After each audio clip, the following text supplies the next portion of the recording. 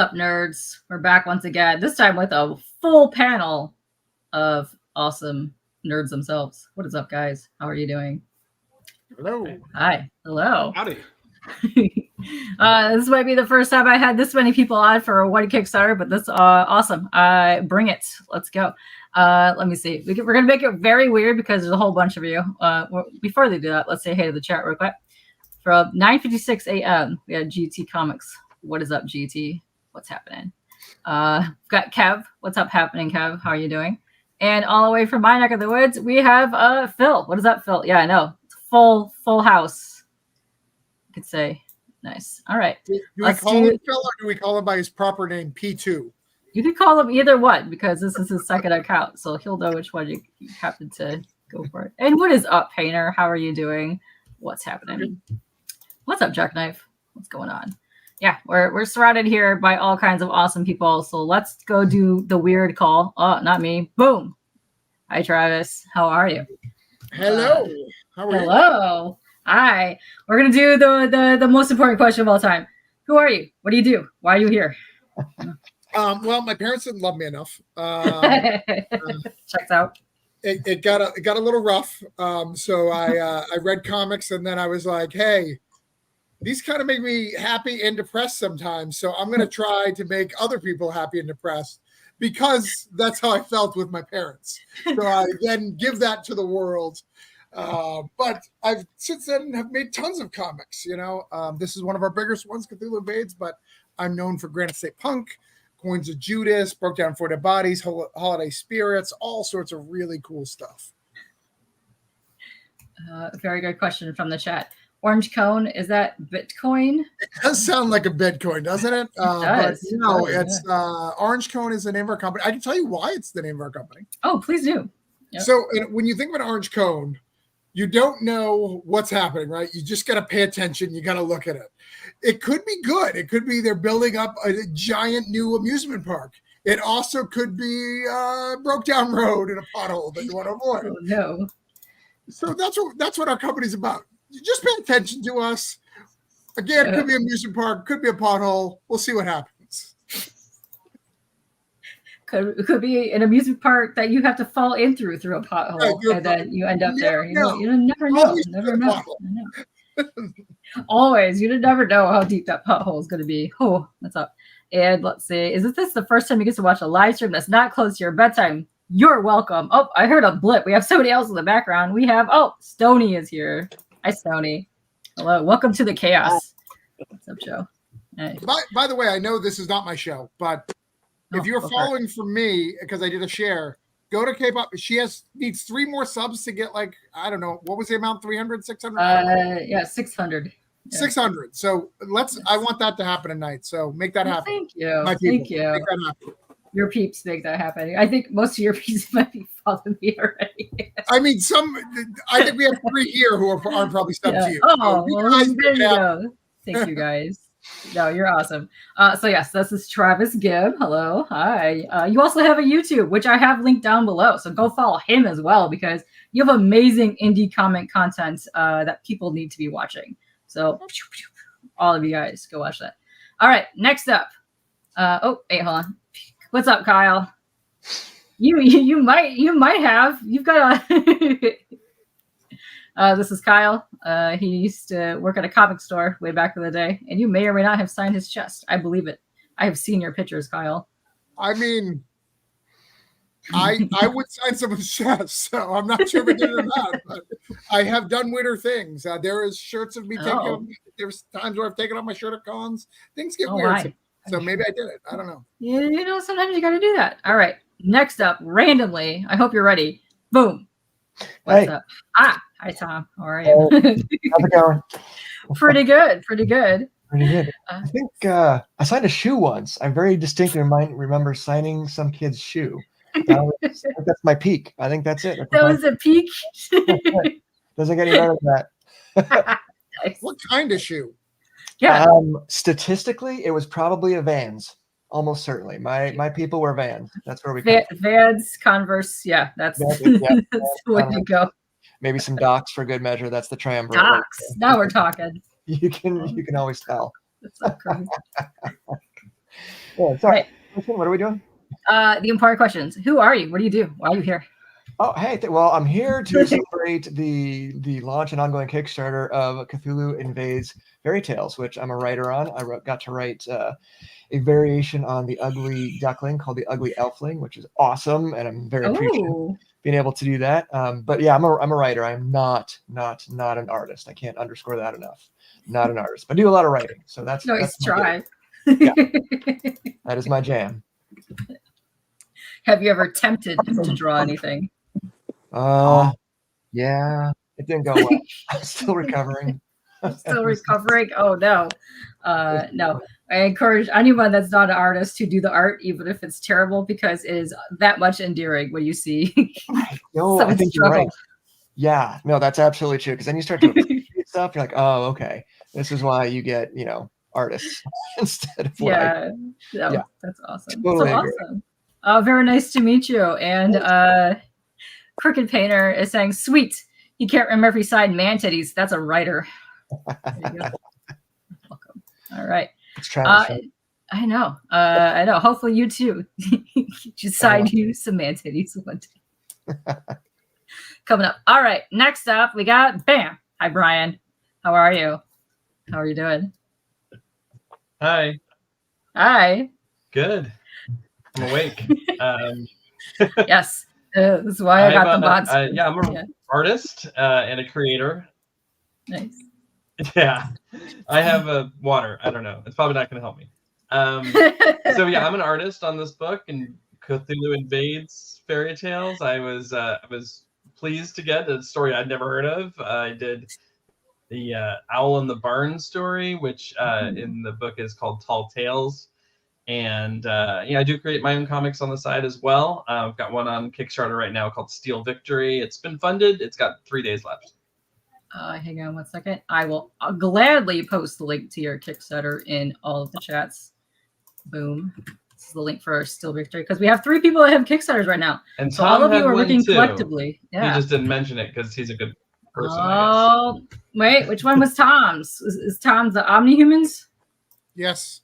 Okay, yes. Well, guess what? You're getting linked as well. Boom. That's what we do here. We link all your things. I hope you like linkage. There you go. There, boom. So yes, there's 3 Kickstarters. You have Cthulhu Invades Fairy Tales, which is why all of these guys are here. Then you have your book right here for Steel Victory. And then you have Tom books right here for OMNIHUMANS. Boom. Kickstarter. Let's go. And Philip, what is up? Hello. Yes. Hey, what's up, team? What are you guys doing? I know. So yeah, I know. I get to watch you struggle the big screen for a hot minute. All right. Who's up next? All right. I hope you're ready. And boom. There you go. Hi. Hi. Play. Oh, I wasn't ready, but I'm ready now. Hi, everybody. Hello. Hi. Hi. Oh, welcome. Yes. Thanks. Yeah. Oh, am I supposed to introduce myself? I can do that. Yes. You can do that. Yeah. Hi, Internet Land. I'm Clay Adams. I'm a writer, and, like Tom, not an artist in the least. And I write Blazing Blade of Frankenstein and Dream Quest. And I'm a co-editor of the Nightmare Theater Horror Anthology, which has been on Kickstarter a time or 2. And I don't know, a whole bunch of other stuff. And I'm happy to be here with Cthulhu Invades. This is a cool group of people. So thanks to Travis for having me, and all these other people for slumming it with me. Oh, you're welcome. We got way more people in chat. So you sit pretty for a hot second. Yes, writers do rock. We got Larissa's in the chat. Oh, where'd it go? What's up, Larissa? How are you doing? Hi, Larissa. Godfo Universe. What's up, guys? How are you doing over on the Twitter? And Matthew. Cthulhu's mouth tentacles would be proud of such randomness. They sure would. They sure would. Clay Adams is a great fake name. Yeah, my real name is unpronounceable. You can't say it. So Clay Adams is just nice and fake. Oh, yeah. We can pronounce Cthulhu, so I think we're good. It's Cthulhu Adams, actually. Cthulhu Adams. So, yeah. Perfect. I don't like to let that get out, but secret's out now. So. Oh no! Yeah. Oh, I hope your mouth tentacles are ready. My mouth tentacles are always ready. Yeah. Nice. All right. Next up on the list, Boom. Hi, Dan. How are you? I'm back again. Welcome back. I know. Dude, it's been like exactly, I think, a year since the last time you were on here. Yeah, probably. I know, yeah. I like your show. I'm glad to be back. The last time I was on my show, I did get sales, so your fans are amazing. So I'm the creator of Worms Crawl In and Worms Crawl Out. There's 2 graphic novels that I put out, and I also do other work. I do lettering and design work for Immortal Era from Edward Davis, and some work for Frontier Forever Regenesis from Ben Krieger. Working with Travis and team on Cthulhu, and just happy to see all these faces here. So great. Oh, it's going to be a party. I'm so excited to have you back. And I really thoroughly enjoyed both of the trades that I picked up for you on your Kickstarter. It was good reads. The last time I was here, there was a lot of talk about like farting and butts and poop. So I hope that I'm sure there were. Yeah. Recently been taken over by the hot dog homies. So, you're on the right stream. And, we have another update for Cthulhu Clay Adams. Sounds like a great country singer name. Nice. Wow, you're hitting all of the professions. I think there is a country singer named Clay Adams, actually. There might be. I'll look into that. I'll get back to you. Perfect. Well, you're going to sing a lovely song. And Jackknife says, I know this guy, Dan, from somewhere, trying to place it. I wonder where you know him from. Yes, it was not prison. Are you sure?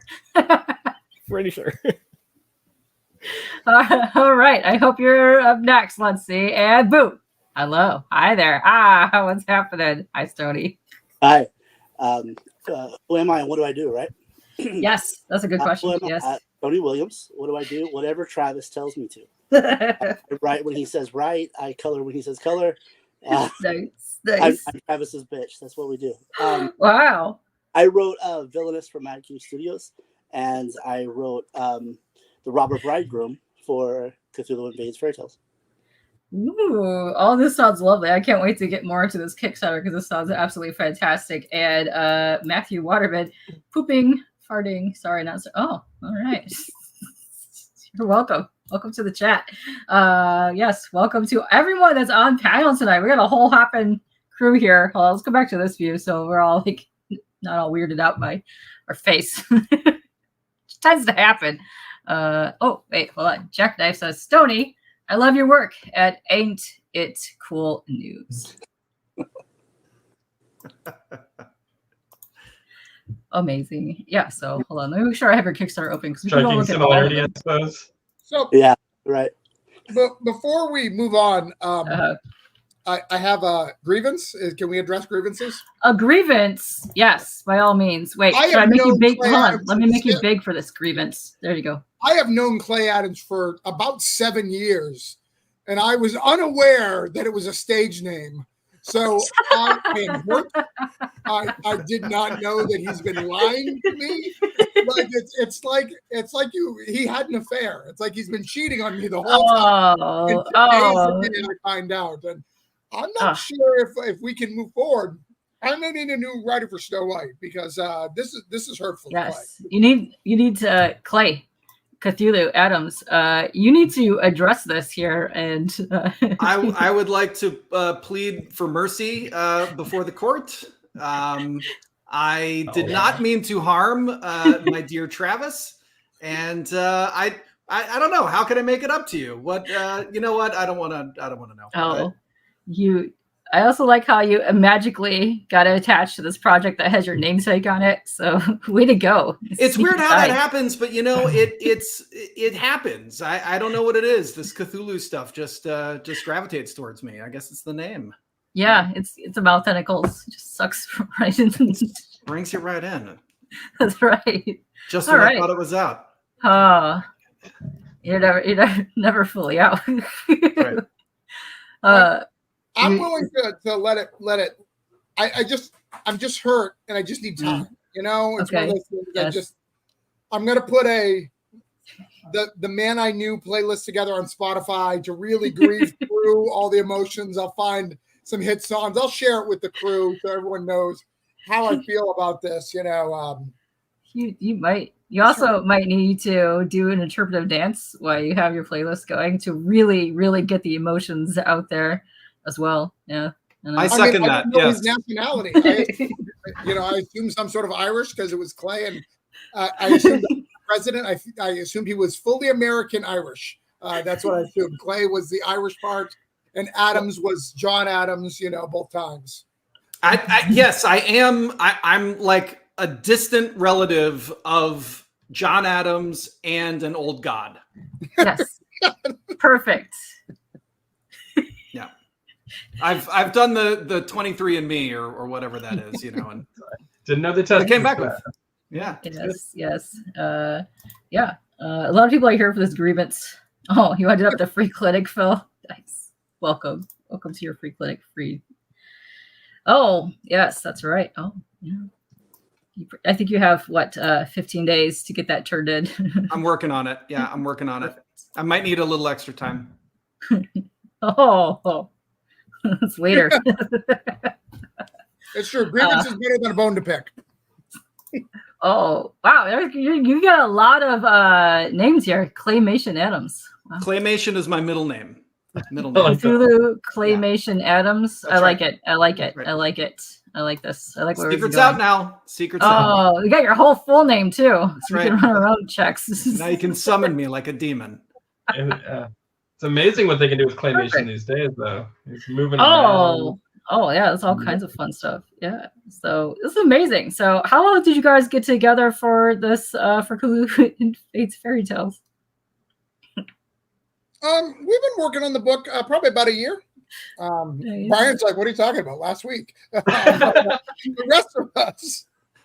Would you say Clay and Stonie? You probably know the most because I asked you very on probably about a year, right? Yeah, right around there. That sounds about right. Yeah, but everything's a blur. Time has no meaning anymore. I don't know. Yeah, these things take about a year. This is the fourth in our series. We did Oz, we did Wonderland, we did Neverland, and this is the fourth one. I wish it was Cthulhu Sam Adams. Yes, and That's a flavor they've never tried. Oh, hey. There's a Sam Adams in my fridge called it's a flannel beer. And it's weird that Sam Adams was like, we ran out of beer taste. I'm just going to put a flannel in here and see what happens. Wow. Just a strip of cloth. Okay. All right. He will return shortly. And what's up, dudes? How are you doing? And Crooked Painter says it would be cool if it was Hamilton. And if you could rap. Oh, can you rap? Do it. I cannot rap. Would you like to try? I really would not, but if you'd like for me to, I can go for it. What do you want me to rap? Give me certainly a beat. Go for it. Let's see. Somebody lay down a beat. Who's got a beat? I don't know. Let's go. No, Dan's got a bandana. Dan has to have the beat. Oh, okay. Dan's got the bandana. You can beatbox. All right, Dan, give us a beatbox. Let's go. This is kind of like breakdancing at the Olympics. Perfect. We're all getting gold medals. We should just pass right by this. Agreed. Let's just pretend it happened. Yes, we can pretend it happened. That's fine. That's fine. You did a great job. This is amazing. I can't believe you did that. Good job. Oh, wow. Thank you. I didn't know you had it in you. Wow, it was amazing. It was so good. The two of you and your combo with the beatboxing and your rapping skills. Oh, it was just superb. I don't think I'll ever have anyone else more talented on my show. I feel bad for anybody who missed that. I also feel so bad as well. Yes. Breathtaking. It was. Yes. Criticisms are burning. Yes. And hello, Mike. What's up? And yes, your ears are burning. Did someone say Cthulhu? Yes. Cthulhu Claymation Adams is right here in front of us. And we're going to go over your book for your Kickstarter in 1 second, which is amazing. So what decided to get you guys doing a bunch of Cthulhu stuff, invading all kinds of other things? Every time I take a bite, I love that you asked a question. It's perfect.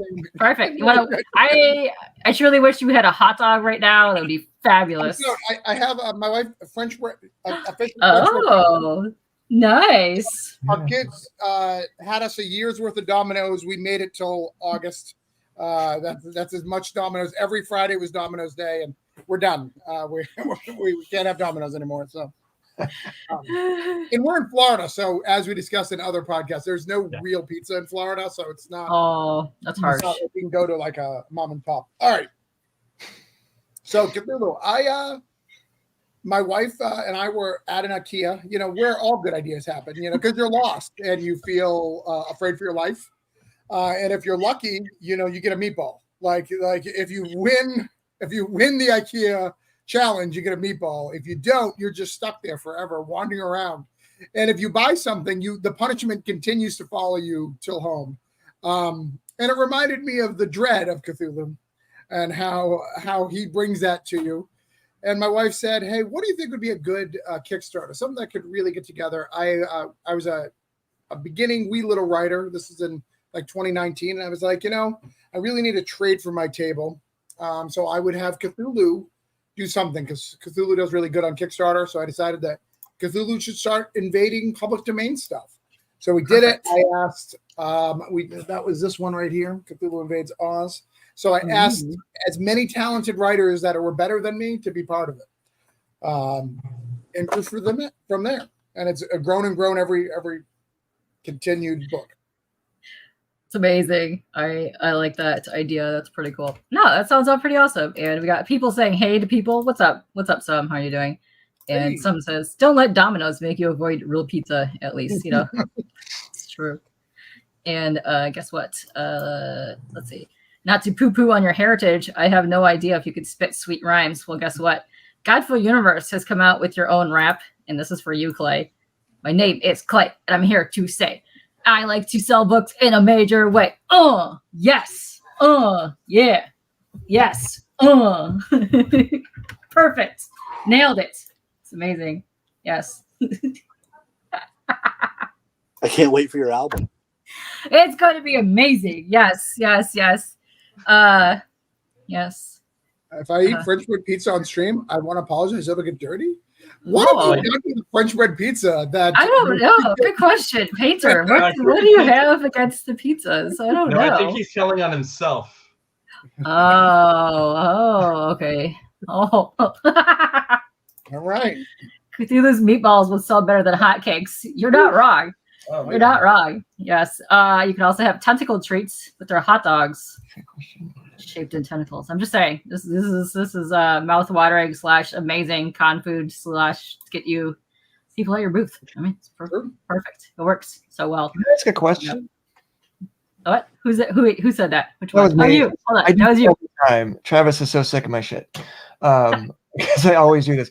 But I'm curious. The first question is our audience tonight? I presume a lot of creators, seasoned creators, new creators. Let's see. So the audience is streaming. We're streaming on YouTube, Twitch, and Twitter at the moment. Plus, you guys have links elsewhere. There are a lot of new and seasoned creators in the chat as well. Right here, I just had Godfo on not too long ago, and let's see. There's a whole bunch over the chat. Actually, they're chilling, relaxing. We got possible future creators as well in the chat. So yeah, there's a whole random mix of people in here, which is nice. Oh, we got my favorite Resident Alien is in the chat. What's up? Yeah. So then my question, if I may, unless there's someplace else we need to go, and I apologize in advance, but to what Travis was just talking about, you said what would be a good Kickstarter project, or your wife said what would be a good Kickstarter project. I'll keep talking while you chew and finish. But I actually like to ask everybody, like, because everyone here's a creator and very committed to Kickstarter. Where's the sweet spot between, well, this is what I really want to do, and well, this is what's probably going to work really well on Kickstarter, though. Like, where's that Venn diagram? You know what I'm talking about? So I would be curious what everybody else's experience is with that, and there might be people in the audience who are curious about that, or not. We should talk about what you want to talk about. Oh no, we could talk about this. Is a fabulous question, actually. Yeah, no. Does anybody want to go up first to answer that on panel, and then we can ask some people in chat? If I do it first, I can get back to my pizza. So, so you want to go first? All right, let's go for it. So I write what I want to write. Like I know it sounds ridiculous, but you don't write a book about New Hampshire and punk rock if you don't want to, right? It's not a selling market. Not a lot of people are looking for New Hampshire-based punk rock comic books. Are you sure? I mean, I'm finding a fan base, so there's more than I thought there was. but I find that sweet spot. I do think you do need to find the trends sometimes, and that sucks. But I think you can do that with a cover, and you don't need to do that with the integrity of the book. But Cthulhu Invades Oz and Cthulhu, the public domains was actually what I really wanted to do in that space, because unlike you, Tom, I'm probably never going to write Spawn. I'm probably never going to write these characters that I loved and had a love for. But in most of us, like most of us in this room, and I'm not saying that as a horrible thing, most of us won't. This allows us to play with these iconic characters that we love and that will outlast us forever. And it allows us to get that opportunity, which I think anybody who really wants to get in comics, like beyond just telling your own stories, wants to do that. So I am really glad to be a vehicle to like push that through with this anthology and my own stuff. So that's my answer. Yeah, and just seconding that, because like I look at doing public domain stuff as like, this is my version of working on a licensed character, because like Travis is saying, you know, the reality is there are a lot of people that want to write for comics, and there are not a lot of comics jobs out there. I mean, it's just a very small number of people that are, you know, I think there are more professional NBA players, you know. So like this is my version of working on licensed characters in the sense that it's like you're working on something that you might love and something that other people might love, and it has some name recognition, and it might bring people in. And so they might kind of discover you or your work because they love Cthulhu, or they love Oz, or they love Grimm's fairy tales, or, you know, in my case, Frankenstein. And so, you know, if they discover me that way, then maybe they follow me to something that I created. But that's sort of how I look at it. It's cool. Yeah. Very cool. I think my next Kickstarter is going to be Cthulhu's Meaty Balls. I think that's a great idea that you can have a restaurant. That would be amazing. I would read this. Yeah, and they'll drive you crazy. Yes. All right. Would you like to further elaborate? Oh, you popped backstage. Nice. Welcome back. Would you like to elaborate more on that? Like, what are your go-tos on Kickstarter? Did you find your niche? Because you got a really cool market with your the worms crawling in and out, which I really enjoy. Yeah, I usually don't go by any of the trends or anything like that. I just kind of do what I want to do. If it sells, then that's great. If not, then I'll do something else. But I should probably try to be a little bit more marketable. But I don't really care. I do what I want. Well, with your flourishing Cthulhu Meatballs and beatboxing career, you know, you've got a whole new set of books to write and draw. So, you know, next time. Oh, yeah. And let's see, who else did answer? Brian, are you ready to answer some questions? What about you? Yeah, which question? The one you asked them, or a new question? The one that Tom was asking. Yeah. Well, so my daughter came in just as he was saying it, and I have the gist of the question, but not the actual question. Tom, what was your question? So the Venn, what's the Venn diagram between? So we'll call it in prose, we call it writing to market, but like what's going to sell on Kickstarter versus but this is the story I really want to tell. And so how do you decide like which kind of angle to go for? What's your process? Well, yeah, Travis, I mean, I'm real green. My first comic on Kickstarter was in March. I'm on my third now, and then this makes number 4. You know, I actually did a comic in 2012 that I wrote and somebody put on, and it found a little audience. But Kickstarter is really new, and it hadn't quite turned into what I see it as today, which it's different. In fact, there weren't anthologies really so much in those early days. Everybody had their own, their own thing. So yeah, I definitely went in with that mindset, the 2012 mindset. So it's my story. People are going to be, an audience will find it because, hey, everybody's looking at Kickstarter. I had absolutely no idea that, no, you need to have your own following to begin with. You need to sort of build this over time. And I think for some people, that's really all it is. You take your time to build it. If it's a new character, maybe they trust you, and maybe it was an IP, or not an IP, but a public domain that you used to get there. But really, you've built your following, and you've brought them with you each time, and you've been a very good seller, and you've fulfilled all your promises and all this stuff. And I guess that's important. And honestly, I'm just trying to read the blueprint now. So I've already built my houses, but I'm now starting to read the blueprint. Very cool. Yeah, look, you have to have fun with what you're doing, right? If you're not having fun, then it's work on top of whatever work you might be doing. So if you don't enjoy what you're putting out there, what you're writing or drawing, then maybe you like doing things that are popular and all the stuff that gets $100,000 on Kickstarter. If you enjoy doing that, that's great. If you don't enjoy doing it and you try to do it, you're just going to be miserable. So do what you like to do, and hopefully you'll find an audience. Your audience will find you. Yeah, I really like that. And I like all the different crowdfunding platforms that are out there because it's getting me introduced to way more indie guys that are out there. And I like the fact that there's way more horror, sci-fi, and anthologies on there because I really enjoy all those types of books. And I like that I can find them on pretty much every platform that I've seen so far. And I really like that. So keep making cool stuff. And Michael, Cthulhu Invades Fairy Tales would find it nice. You missed Mouth Tentacle / the Cthulhu Meatballs earlier. So yes, you're on the right track for their next book as well. Let's see, who else? Who didn't go yet? Stonie, are you ready? Yeah, so I've never actually done my own Kickstarter. I've always been part of this. But I think we all here are in a consensus of, you got to do what you love. You got to do what you're passionate about. And you can't chase those trends. If you have an idea for those trends, or you have something that you are passionate about that falls within those trends, then that's great. That's awesome. But once you start chasing trends and trying to hop on what's popular, it's going to fall flat. Exactly. I believe fully. And also, most bitchin' Full Metal Alchemist poster behind you. Way to go. And Godful Universe. If you want to make money, make not safe for work books. If you want to make art, keep it punk AF. Exactly. Yes. It's correct. Get here earlier next time. You were here. You missed all the hot, saucy, weird Cthulhu rap. Everyone watch the replay for the rap. Really, it's really good. Oh, I can imagine that Australian breakdancer breaking it to our most epic rap beat of all time in the chat.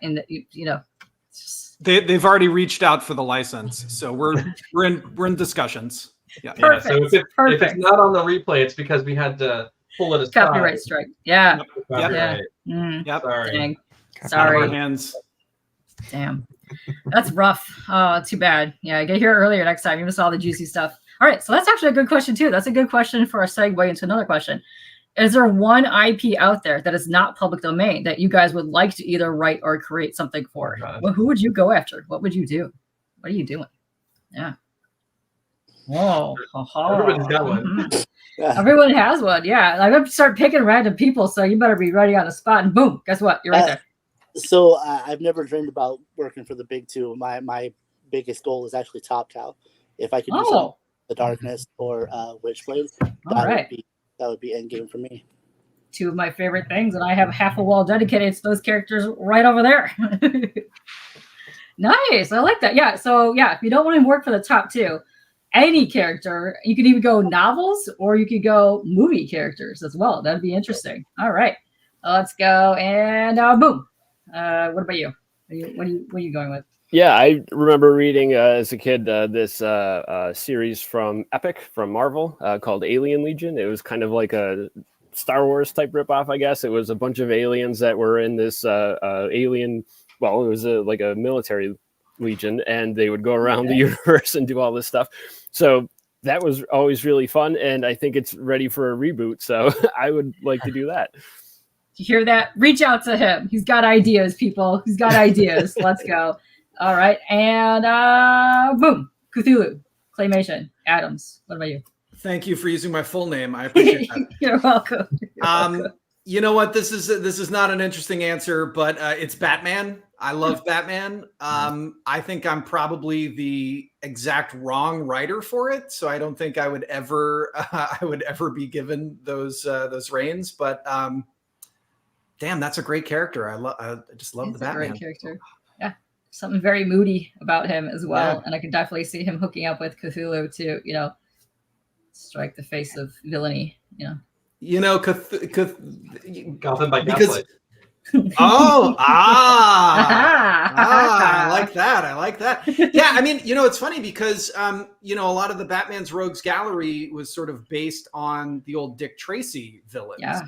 And I could definitely see some kind of gangster with a Cthulhu face. You know what I mean? Oh, I would love that. I don't know what the character name is. Seriously, Dick Tracy had some of the best villains.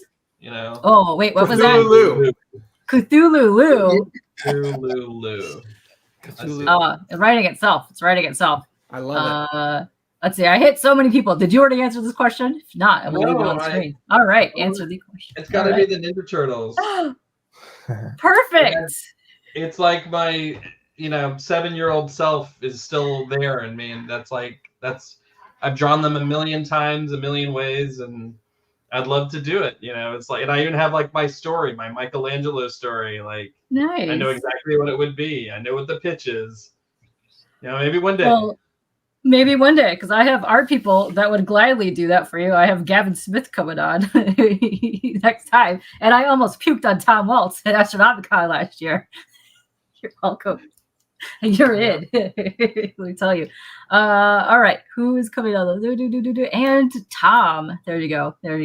Boom. So I will second Clay's Batman. So I'm a Batman guy. Or Wolverine would be awesome, but I would be so terrified to touch those properties that I would probably choose like an adjacent character, and the main character would be in the background or kind of slip in and out somehow. Nice. It would just be so frightening. But if we're talking sort of broad IP, I would, in thinking about it, I would love to get something in like a Tales from the Crypt or something like that. That would be badass. That would be amazing. I would love that. I would tackle the Universal Monsters. Something about that. I love the Unimons, and I want to see more from that. And I'm so excited to see like creatures coming back, Frankenstein's coming back. I think they're doing a whole bunch of Nosferatu stuff. I am so excited for that. I can't wait. Let's go. Let's bring out more monsters. Totally. Perfect. That's awesome. I would love to see all that happen for you guys. And let's see. Should we put the awful in Australia? Oh, next. You know, I'm gonna tell you, she had the most unique dance style I've ever seen. So she made it big. It was sweet. It's Boyz II Men meets Razor Gut. You know, I can see that happening. Yes, it was exactly how that rap went. And Epic had another great Star Wars ripoff called Moonshadow. Oh, I've never heard of that. I'm gonna have to look that up. Sounds fun. And what is up, Fox? How are you doing? Oh, Jackknife's gonna go Mad Bat. Nice. Yes.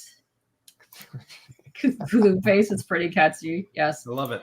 There would be a pizza shortage, and Travis is going to be very disappointed that happens because he already does not get good pizza. So sad. Yes. Oh, you have a noir Cthulhu crime book? Which book is that? That's amazing. I would love that. Let's go. Yes. Break dancing. Yes. You know what's also funny is, speaking of Ninja Turtles, I got something in the mail. I didn't get to answer my question. I didn't get to answer. Yeah, you didn't get to answer? Hold on, let me cut you off. And then, yes, hold on. Sorry.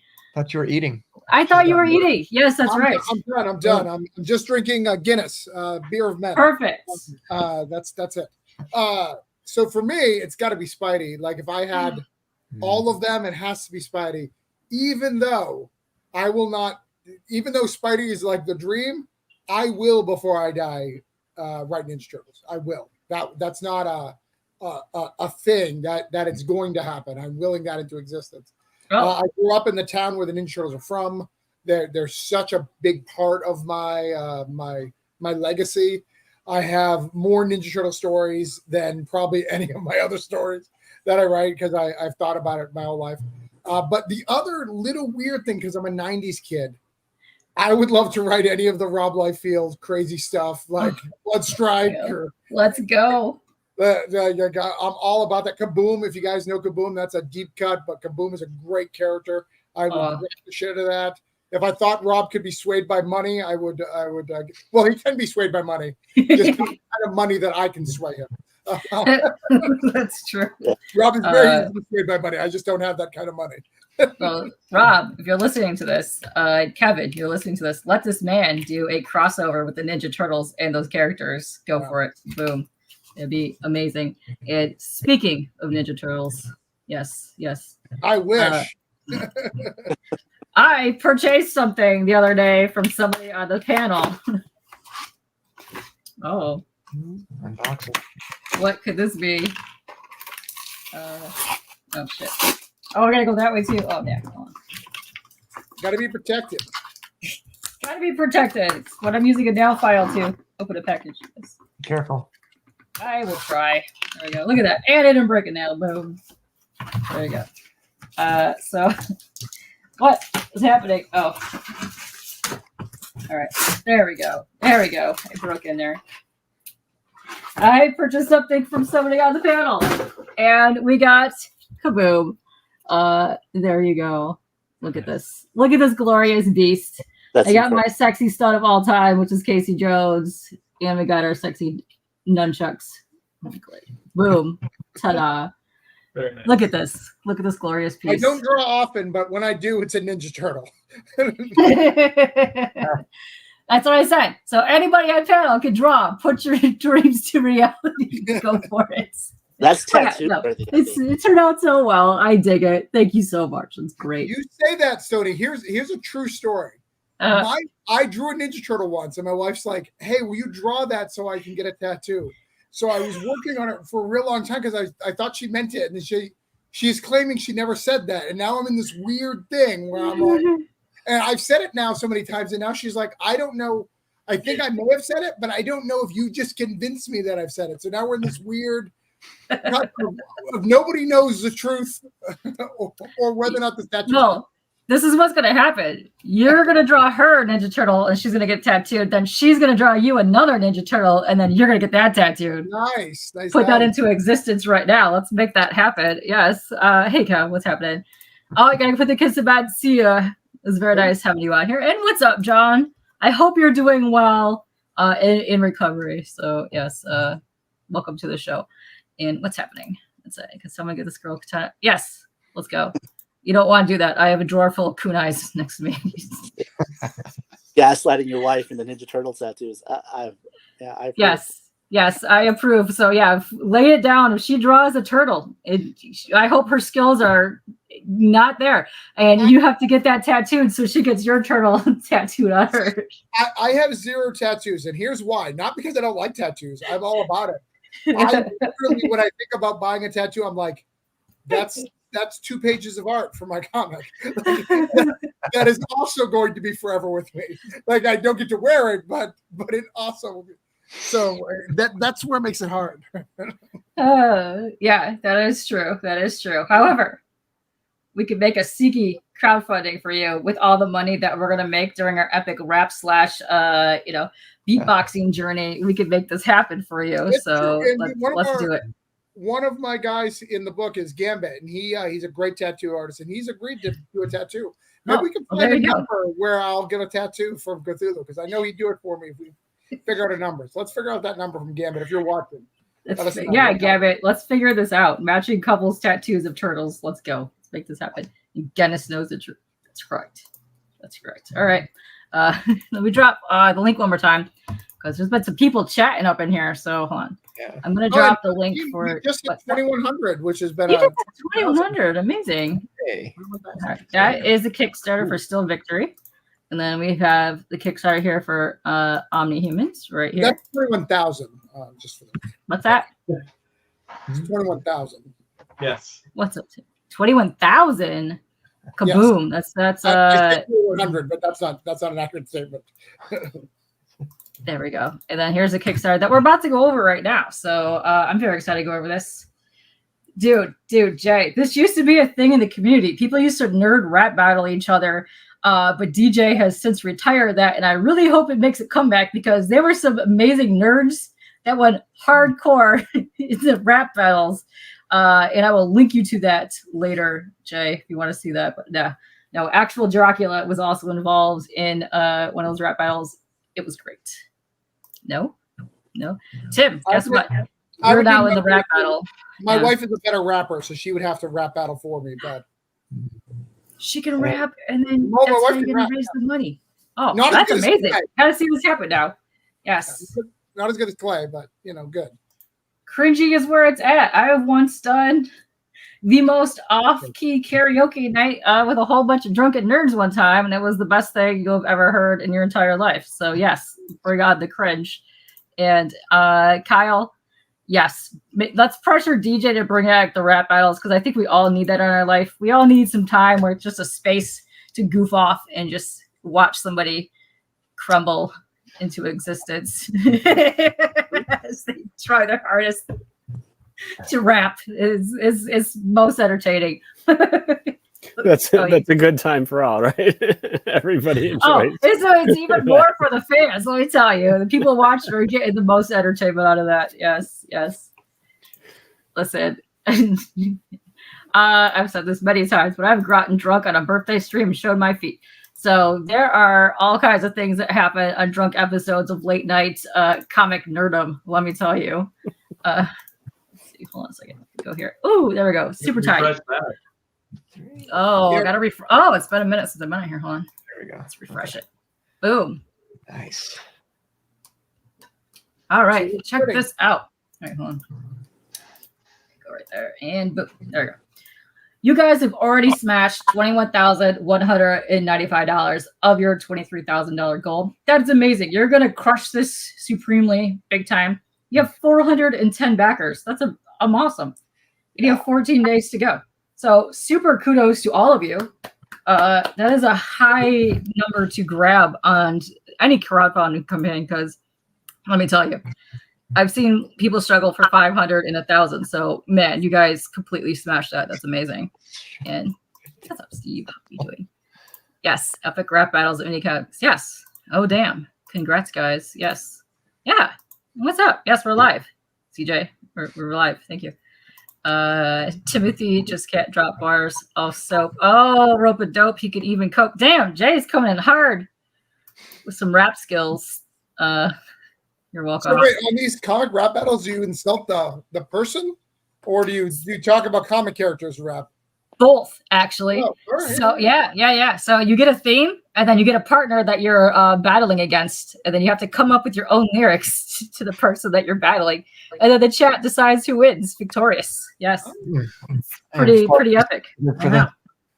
I know. So everybody better hit up DJ Links and be like, "Hey, DJ, we need this back in our lives. We missed it." Yeah. So no, you guys are. This is awesome. You're completely going to hit this goal very, very soon. You're only going up by every time I refresh this. You guys go up, which is awesome. So if you guys go to back, they are still in funding, and you have 14 days to go. So if you do want to back, it'll end on Friday, August 30th at 11 p.m. Eastern time. So check your time schedules, and we're gonna get into this. This is awesome. This picture here is just super stunning. Super stunning. I love the line work on this. Yeah, that's that was the image that we really wanted to put together. That is actually not even in the book. That's just an image that we felt captured everything. Really? Yeah. Which one did you we have choose? a preview book that we bring to cons and stuff, and that's in the preview. I love it. Yeah, the details that are around like the tentacle here, and I like how you have like that kind of like the airbrushing around it is just gorgeous. Let's see, what are you guys saying? Yes, you can praise Jay because he wrote a diss track about you. Yes, mark that off your bucket list. Yes, this is not, but however, we did have rapping earlier. Go back and rewind if you missed it. Sorry. Yes. What's with the apple? Good question. Right. She likes apples. She does. Yes. Very I much like so. them apples, as Matt Damon would say. Oh, hey. Also, I know CJ is just joining us. So if you're just joining us, we're going over the book Cthulhu Invades Fairy Tales. So maybe the apple will make way more sense now that you know what the title is, CJ. What's up? And what is up, Spooky? We were just talking about you. What's happening? Listen, I'm down for anybody squashing beef with rhymes anytime or breakdancing Either one. If you have a good spaz dance battle, either one. Just pick. You can put your hand in a thing, and it'll come up either rap or spaz dancing, and you have to go for it. And it's the best. Oh, hey. I don't know. He looks like he might be smitten. Right here. Yeah. Apples are good for you. What, you hate apples? I wouldn't put it past CJ. CJ hates a lot of things. I'm just saying. Yes. All right. Yeah. See? No, you get your attention there, CJ. Yes, a spaz off. That's how I like to dance. When I'm dancing, I don't dance. I spaz dance. Ho ho. Let's go. Yeah. That's what we're doing. I know. That's terrible. But no, this image is great. Who did the art for this piece? It's Gillian Rafid is his name. Oh, Brazilian nice. artist. Yep. And Oh, then that's on fantastic. the Yeah. cover was Damir Aramia.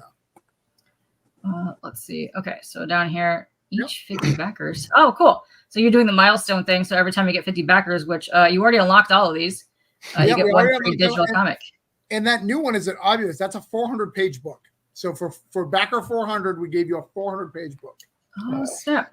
There's a lot of great books on here. I see all kinds of the homies happening right here. Got some Sean. You got some Steven. You got all the good stuff right there. Those are good reads. Go check it out. And that's an awesome logo right there. That is dope. Let's get into some pages. Nice. Oh, nice. Okay, so it's kind of like a splash page, like between a bunch of the different fairy tales. Yeah, just a bunch of different pages from it. Sometimes they're panels, sometimes they're full pages.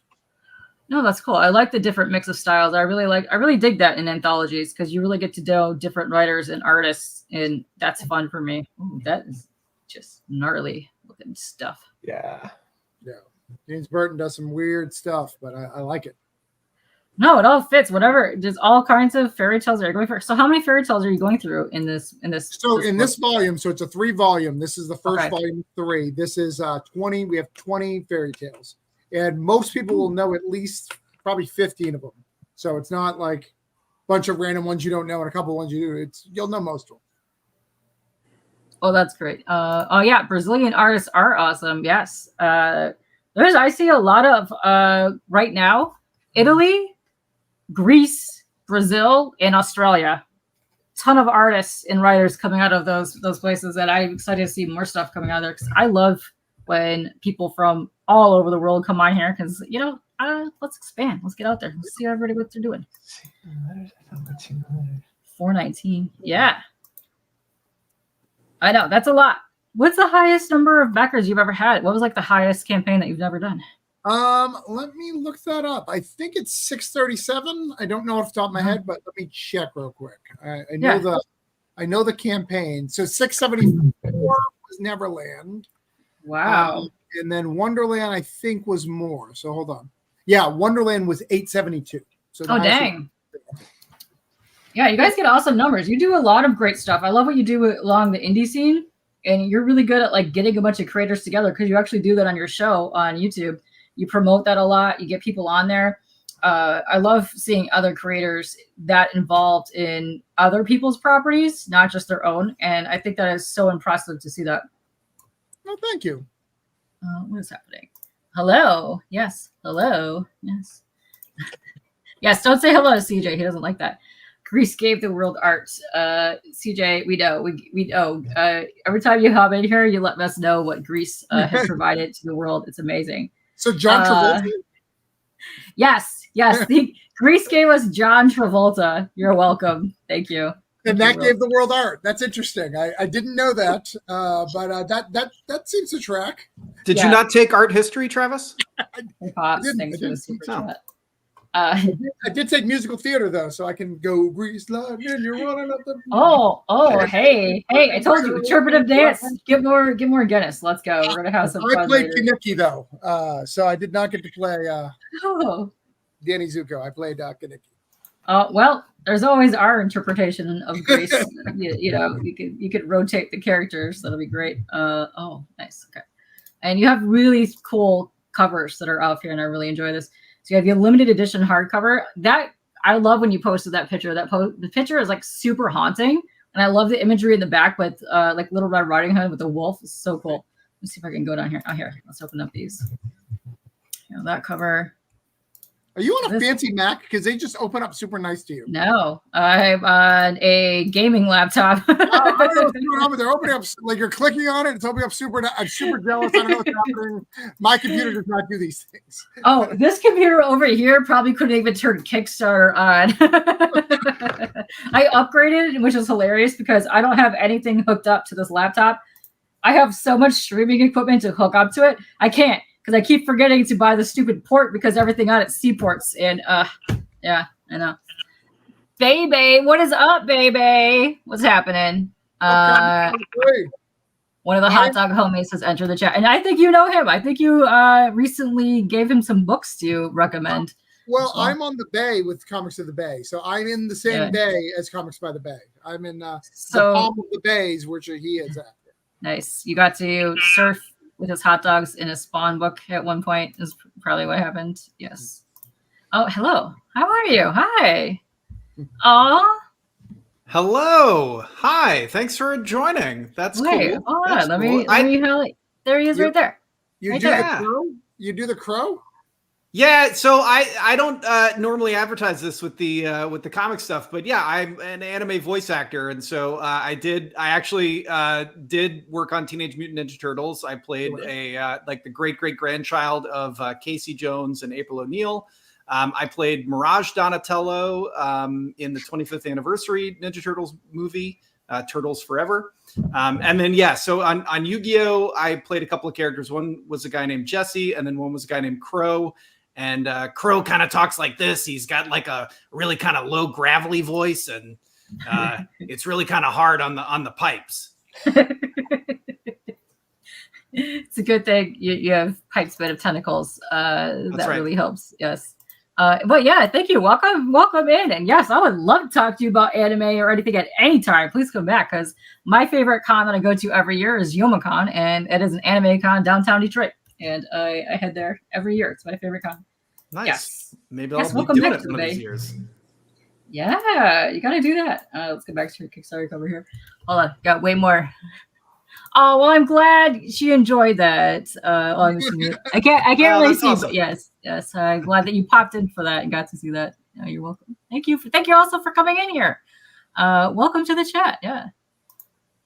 Let's see. Hey, Apex. That's right. What's up? Oh, Journey's got a hot date tonight. Oh, snap. I'm sure we're going to hear the details of that tomorrow. Yes. I'm sure the world did give, Greece did give the world crabs. Would you like to let us know how your crab journey went, CJ? Yeah. Yes. Oh, yes. Thank you. Oh, did you get to meet the guy who did Pegasus? Oh. Did? Mm-hmm. Good question. I don't know. Elaborate, please. Oh, can you do a scene of Pulp Fiction as the Ninja Turtles? Oh boy. I do. Can I rap again? Is that that on the table? Who wants to go? You want to go?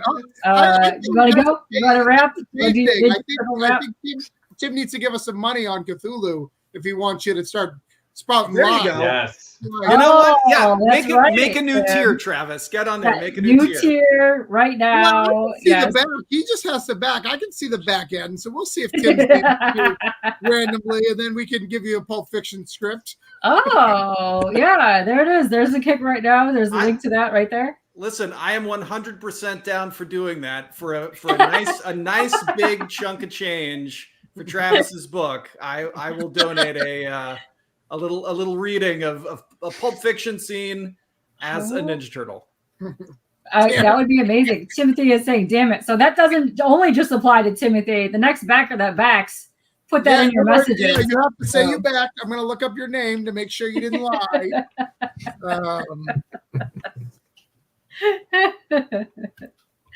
Are you sure? Are you sure? I think Greece would have lovely crabs. Yeah. I know. Terrible. Wait, hold on. Let's go back to the Kickstarter page because we're going up your covers right now. So you have 3 covers to the Kickstarter. This one is so super pretty. I love the purple. That's our new theme. So we've got the cool like if you bought a fairy tale book off the shelf, it would have one of these borders. So we've we've done that out of the border. Each one's going to be different. So this is the first one. Next one will be kind of half Cthulhu, half this Rose thing, and the last one will be all Cthulhu.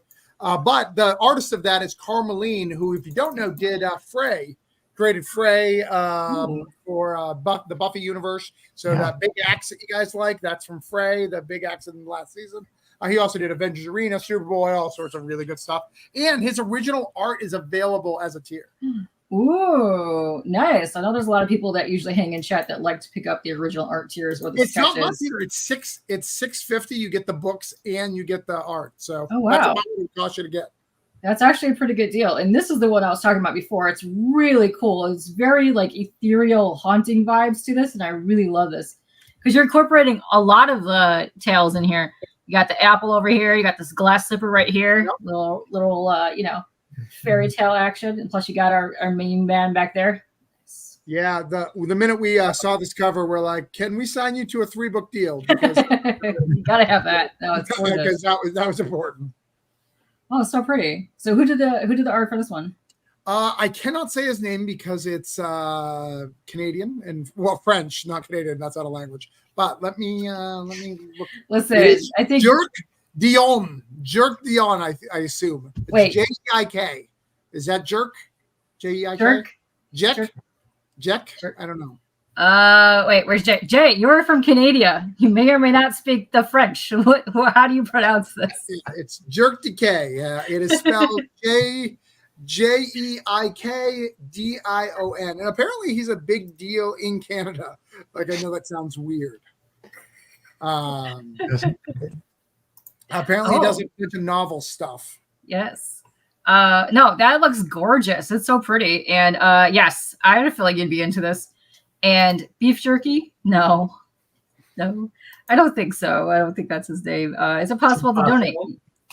There is a tier at the top that is just like where you can give us money. Yeah, this right here.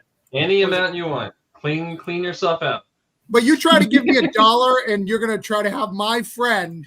I don't know his real name. Used to be Clay Adams, but it's some other shenanigans. $1, you're out of your damn mind. So I don't get out of bed for less than 10,000. Right. He's a fancy pants. Cthulhu. Wow. You've been around for like eons. So, you got to make your money. You're a household name. Everybody knows you. Jerk in the cave. Nice. So you just buy a book, Tim. I mean, the books are. You just buy a book. You could buy a digital version, and it's true there. Swedish Chef, Herk the Jerk, Jerk. Yes. Yeah, exactly. He can't be a jerk. He's from Canada. Listen. There's many Canadian people in my chat right now, and I can guarantee you they are V-neck wearing jerks. Just say it. Yes. Let's see. Like Ricky and Julian, big deal. Oh. Well, I've got to ask, Stonie or Brian, you were with us on the Canadian show. Do you remember the name? Was it Jerk? Oh my God. Wait, hold on. Jerome said it. Spell it? Jerome said it? Jerome said it, right? But the problem is I can't understand a damn thing Jerome says. Would you like to attempt to try to pronounce it in Jerome's pronunciation? Put it in the chat. I have I took French in high school and college, so who knows? Oh. Fun fact, I also took French, and my teacher said I was too stupid for it. Well, you post this in the chat, and I will try to pronounce it myself. How about that? I'll try to Canadian French it for you. We'll get it. Yes, place this somewhere. Yes, and we'll figure it out. But yes, to the jerk, you need to do way more covers because your art is fantastic. He's doing at least one more with us. Perfect. All right, that was the name, Brian. Gick Dion. Well, I think the EI is a Jake. Gick. Dion. Oh, Dion. Okay. I think we got that. I think we nailed it. I mean, if this guy doesn't feel respected and loved, I don't know what else. Listen, we are totally for the Gick Dion. Okay. Let's go. We love you, Jerk Dion. Yes. That went better than the rap battle.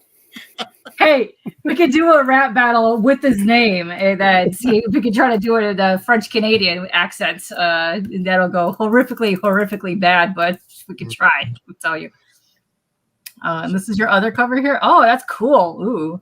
Yeah, Pete Begon. I told him I wanted to do a mirror breaking with a piece from every story, and he did it. He did 20 stories mixed in there. So all 20 stories that we have in this book are all being broken through the magic mirror of Snow White with Cthulhu coming out. Hey, Kyle, in chat, do you see that there's some bears on this cover? I think you might need to back and get this cover right here. Yeah, we have Goldilocks and the Three Bears. There's a story in here. Perfect, because Kyle once was working and almost battled a bear in his dumpster, and we had this on a live feed, and people were trying to egg him on to go battle the bear. And I do not recommend that whatsoever. Oh, you just backed. Hold on. What is his name on Kickstarter? I'm going to assume it's Timothy Olsen. It is not, but there is an OLS. Oh, that would be probably him as well. There is an OLS. Yes. All right. It's a little low, Clay. So you don't do anything crazy, but this is only his second back of campaigns, so it is special. It's very special. He backed just for this moment right here, and it's amazing. Thank you very much, Tim. The fabled Canadians. Yes. You want me to give you a Pulp Fiction scene, or do you want to look one up? Oh, Honey Bunny scene? Gotta do Honey Bunny, right? Give me, send me a script. Okay. I'll do, because I see what he paid for, and so I'll do maybe a couple quotes, a syllable or two. Is that should I? I think we can give him a line. I'll give him a line. Yeah, give him a line. Give him a line. Hamburgers, cornerstone of any nutritious breakfast. Wait a minute. I have to read. I need to have it in front of me. I'll get it for you in a second. Give me a second. All right. What do you call a quarter pounder with cheese? Oh, yes. You know what they call a Royale with cheese? I'll call a Whopper a Royale with cheese. You know why they call it that? The metric system. Check out the big brain on Trav. Oh, hey! Thumbs up for Trav. Whoa! What do they call a Big Mac? I can provide this. All right. Nice. Oh wow! I have it ready at all times. All right, just hand it over. Just hand it down, do a little. There you go. Slide it right over. You know what, Travis? Just put the whole script in the chat. Okay, we'll wait. Yes. We'll wait, and then I'll read it. I'll pick something out. Anyways, you put the entire Pulp Fiction screenplay PDF link in the chat. I don't know if that link will work. I don't. The first half definitely is not working. The last half. It works for me. Hey, I'm getting it. It's gonna be fantastic. All right. Let me read. Come back to me. Come back to me. Right though. Come back to you. All right. Yeah. Well, let's give you a minute to warm up, and then we're gonna go look at more art. How about that? But this is cool. I like this one too because it does have all the characters. Tim has a request. He says, "I don't remember asking you a goddamn thing." Of course, Donatello from Ninja Turtles. Yeah, if you're not doing jewels, what's the point? Right. Yeah. So listen. The character. So when I played an actual Ninja Turtle, it was like a line. I was like an alternate version, but I did a whole season as this character Cody Jones, and he was a kid, and the whole point was that he talked really high, and so be the water, and he said stuff like that. So I don't remember asking you a goddamn thing. Yeah. I think that's worship payment, Tim. I think that's a clip moment right there, and that Tim could forever have that in his. So now, Tim, you need to cut that. Pay some AI guy to make it from the character of Ninja Turtles, and then you have that. And it's canon. Boom! There you go. Yes. See, perfect. That was amazing. Thank you, for you, Tim. Thanks for your pledge. Just for you, Tim. Thank you. Thank you. Nice. But yeah, no, this is so much little detail and tiny little glass shards. It's crazy. Yeah, I'm not going to tell you his price because I don't put anybody's prices out there. But I had to go. I have to pay you more. You realize, like, like you did too much work for me to not pay you more. We got to figure that out. Thanks, buddy. Canon, yes, correct. Canon. Yeah, nice. And CJ, I know you adore your goats, and there was a goat right here. Do you see this? So you better back this cover and get this cover because it has a goat on it, CJ. Dan, that's Dan. When you get the Dan story, he'll tell you all about the goat. Gonna get to Dan's stories and tell us about his goat. Nice. Who doesn't want to read a story about goats? CJ wants to know this right now. How about we go over your story and tell us about the goats? And CJ is in chat. If you go down the page, I have each story broken up. Oh, okay, perfect. Let's see. Where do you look at that? Okay, down here. It's just more here. Let me open that. Just keep that open. So it's the story about the 3 Billy Goats Gruff, right? And of course, it's the one about there's 3 goats. They have to cross a bridge. There's a troll in the way. So they use their Myers-Briggs intelligence stuff to try and finagle their way across. 2 of them get across. One of them kind of has to bully their way through. Of course, there's shenanigans that happen and cosmic horror at the end because it's a Cthulhu book. So it's an interesting story about goats. I feel like goats have kind of a raw deal in Hollywood, though. They're usually food for something like sharks or dinosaurs. Goats are great, CJ. Yes. I knew you were going to be intrigued by the goat story. I didn't know the Wiz had a great guy. Was involved in this, so that blew me away. You're finding out all kinds of information on this stream today. Nice, you did a great job. And here's your panel right here with the Billy Goats Gruff. Interesting story. I'm not quite sure what's happening with the horror that's happening on the edge here, but I'm intrigued. And this goat does not seem scared. That's why you got to buy the book. I know. We got to buy it now. But shout out to Black Phillip, the movie, the goat and the witch. Yes. One of the things we do is even though it's Cthulhu Invades, it's not just Cthulhu. So if you are a Lovecrafting fan, this is a Shoggoth in it. We also have the deep ones. We do some deep cuts throughout the lore. In fact, mine, the one I'm doing, I do Rumpelstiltskin. You can't even name mine because the name of the creature was written and created by H.P. Lovecraft. However, the name of the creature is not public domain, so I can't reveal it. So, of course, I did Rumpelstiltskin because that ties right in. Don't say the name. He looks completely gnarly. I like this art style. That's Chris Mad. Yeah, he does some great stuff. Yeah. Oh, I like the face that he went with this, too. It's really cool. Little tiny skulls. This is also, I don't know what is going on here, but it looks like he did something to your goat. It's balls. Yeah, it's balls. That looks like balls. I would say it looked like goat balls. That's where I was going to go with that. There was no marbles available, so you have to use goat balls in the fairy tale universes. I don't make the rules. That's just the way it is. Goats don't give a fuck. Society can't handle them or their shit, you know? Nice, Matt. See, it's Cthulhu's meaty balls coming back. Yeah, see, look, full circle here. No, this is amazing. Let's see what else. So you have a story based on Cinderella, which is lovely. Here, let me just open these and go through these. Let's see. Oh, she looks pretty in her little lovely outfit. Yeah. Like shards of crystals, feathers, or something. It looks cool. She gets down too, gentlemen. So if you guys are into that getting down, like she gets down. And can we just give a shout out to our Princey Pooh here, who is thick.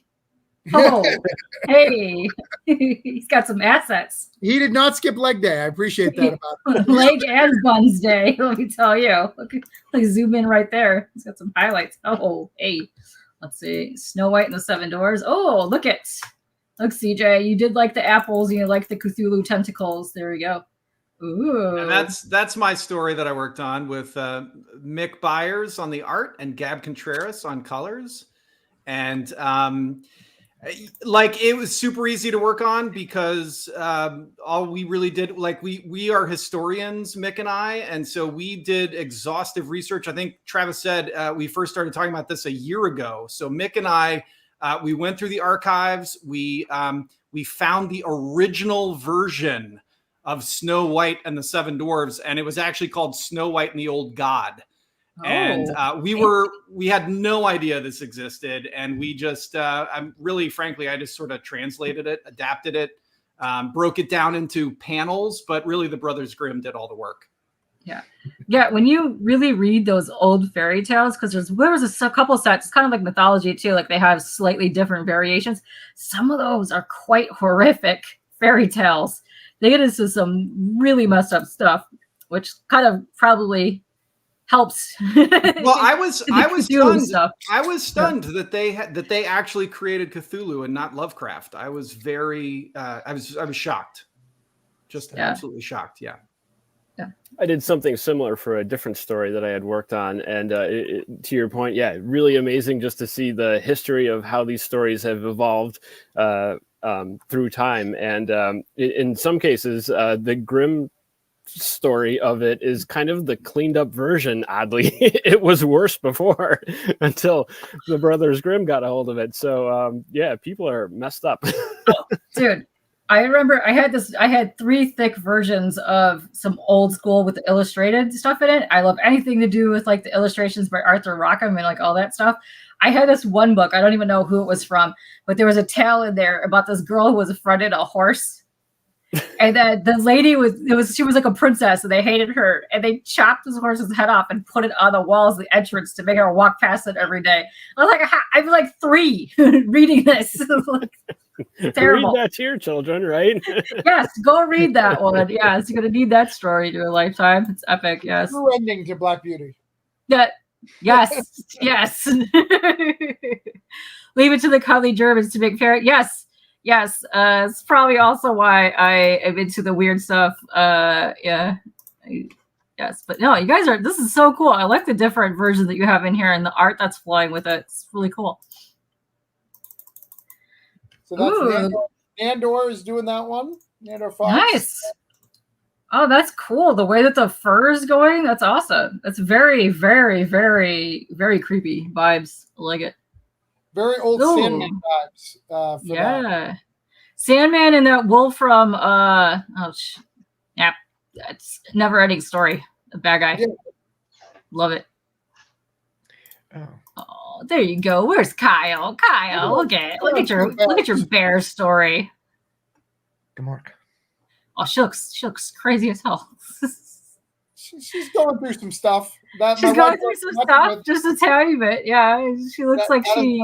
My wife Heather's story, and Ignacio. Oh, Ignacio, nice. Oh, cool. So Ignacio did all the art and interiors for this one. For that one, yep. Nice. He's a homie of our community, and he's great. So we adore the Ignacio. Way to go, Iggy. Yes. No, this is cute. I love the bears. The bears look adorable. She just looks if I don't have children, if I did have children, this is what my child would be. Demon little child. Yes. My wife reads a lot of I Hate Fairyland, so if that can help you inspire. Yes, I see. And awesome. The spider and the fly. Oh, this is amazing. Yeah, so James Burton wrote that with, can't think of his name right now. I don't know why, because I've worked with him a whole bunch of times. Brett Giuliano, who does Dust Bunny Mafia, not really known for his non-cartoony art writing. So this is really exciting. Does she? That's a good question. Does she have a mohawk? It did look like she had some green fungal stuff happening, or a mohawk. That would be a spoiler, so I don't want to spoil. Oh, okay. Yeah. There's stuff that's happening, but don't worry, it's just right. That's what's important. Oh, geez, amazing. But no, the details in this are sick. Like he's got like the old world panels, like from like super ancient like times on his ceiling. He nailed that architecture style. Plus the paintings in there. You liked when you saw it up at the top too. You pointed it out. Yeah. Yep. Same. Very cool. I dig that. Let's see. Fisherman and his wife. Oh, that's a good tale too. Yeah. And we got Edward David. Yeah, most people know Fisherman and his wife. They just don't realize they know it. Yeah. The wife gets a fish. She gives wishes to the fish, and they come true. And Yeah. And that's when bad things happen. That is when bad things happen. Watch where you give your fishes to. Right. Don't be wishing on fishes. Don't be wishing on fishes. Correct. And we got Tom's story here, and this is awesome. What's going on here? Yeah, he brings the not safe to work to Cthulhu. Not safe to work, Cthulhu. Hold on, let me go like this, and let me fight. Wait, where is everybody? There you are. Boom. There you go. Hi, Tom. Yes. Hello. Yeah, that would Hi. be. That's Peter Taylor and Carla Aguilar on colors, and I thought I gave some pretty clear instructions on how things were to look, and artists go, cool idea, bro, and do their thing, and that's how things like that end up happening. And I said, great, as long as Travis says it's okay, and apparently Travis said it was okay. So back to you, boss. Yes, boss, I have a question. What have you said no to? It's a good question. I normally say no to that. To be honest, I actually didn't realize that it got through. We still don't 100% know. My wife hasn't fully approved it, but I think it's okay.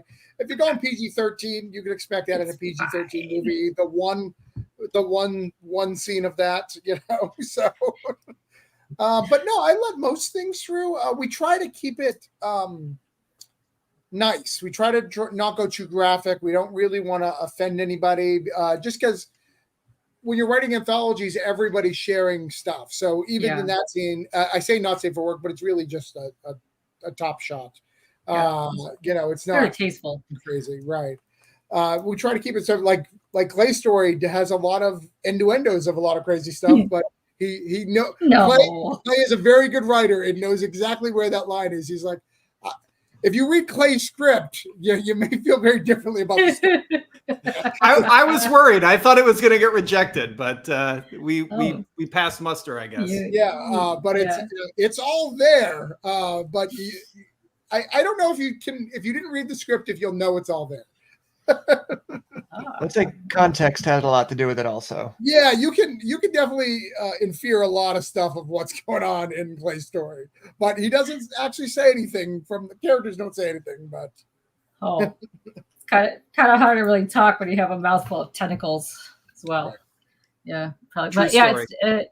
It's a very true story. But yeah, this is hold on. Pop back in here. Welcome back. I see you. No, it's very tasteful, even though she is nude, but it's tasteful. So like it's nothing like showing. But she's much. so ugly, so that makes it easier. So ugly. She's just hideous. Context, telling terrible. Like this guy, and this guy. they look fun, and he's just like, they're all so disgusting. stunned he can't speak. So stunned. Yeah. Nice. Let's see what else. Oh, the colors of this. Oh man, this is just popping. These colors right here. Say Pants on Fire. Yes, this is Boy Who Cried Wolf. This is by the Baggs brothers and Stan Copeland, I think is how you say his name. Wow. The colors in that are so good. No, Kota Bakata. He did Rejected for Source Point Press. You have to be old like Clay and I have been around since the dawn of indie comics to know that name. But that name had a lot of weight like 7 years ago. Still has weight. He's still a good writer. That's an accurate statement, right, Clay? Would you say? Yeah, absolutely. That's a great looking story right there. That's cool. The colors are fantastic. They're super bright, but then they're muted in the side. But I love the palette that he chose in here. Yes. Oh, yeah. That's not looking like what is this? This looks like a plant / maybe turtle. Something. Yes. Yes, we're still talking about Cthulhu. Yes. Cthulhu goes to hentai every time. It just happens. It just yeah. And I don't know where CJ's at, but he's really a fan of the hentai fingers. Okay. Yeah, I know. That's amazing. No, we're not. No. That's the story of Cthulhu. I don't know what you're talking about. No anime porn. What are you talking about? And this is The Lion and the Mouse. This is done by J. Michael Miller and Max Finelli. And I love this book. I love the story. I love this art. Yeah, once again, like I love the chunky like outlines and like the heavy blacks with the pops of the super colors. So that's going to be an interesting story to read. Oh. He's looking a little saucy over there. Ooh, hey. Oh, that's a good one. And, He looks like Cthulhu from the hood. I like it. He do. I'm down for it. I like it. Let's see. Based on the 3 snake leaves. Ooh. Yeah, I don't particularly know this one. I do know it's public domain, but it's a fun book. It's done by Robbie Bragdon, who is the one that most people talk about for Cthulhu Invades Oz. So he did a great story. I can actually show you the story since it's right here.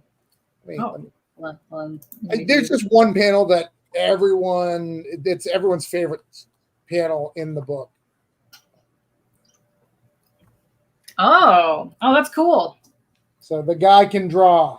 That little panel that I gave him is not do it justice, but every other panel on that is really spoilery. So, it looks fantastic.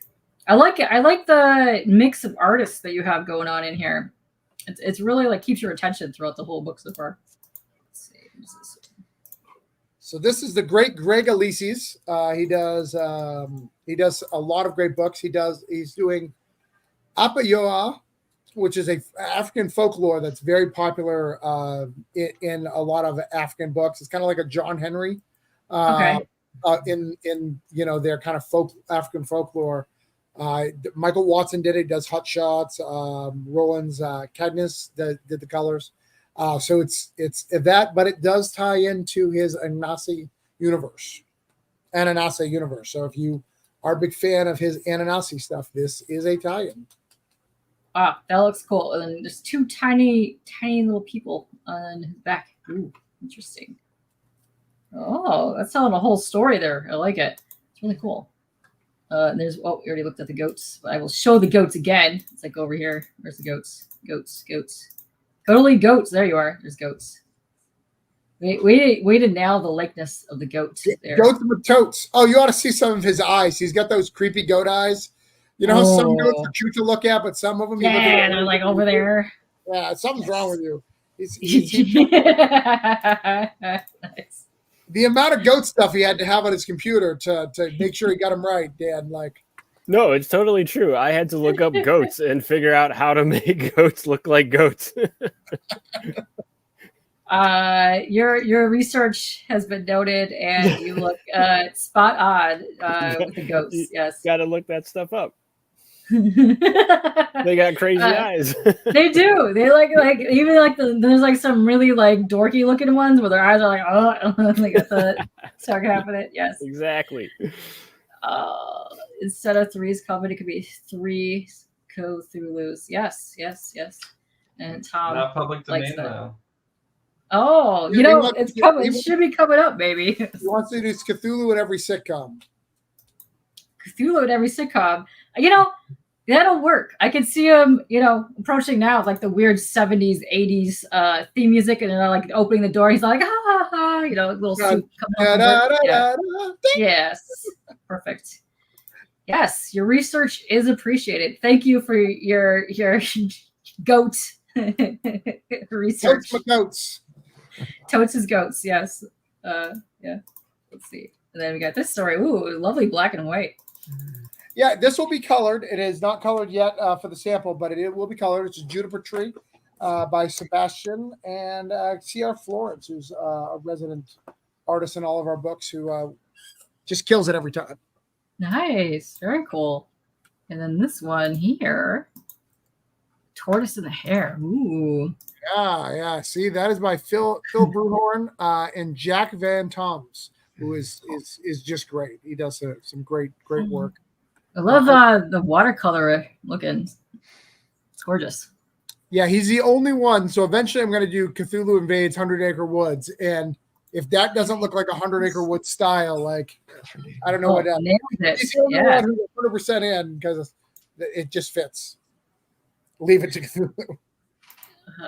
2 girls in a Cthulhu place. Yeah. Cthulhu from the sun.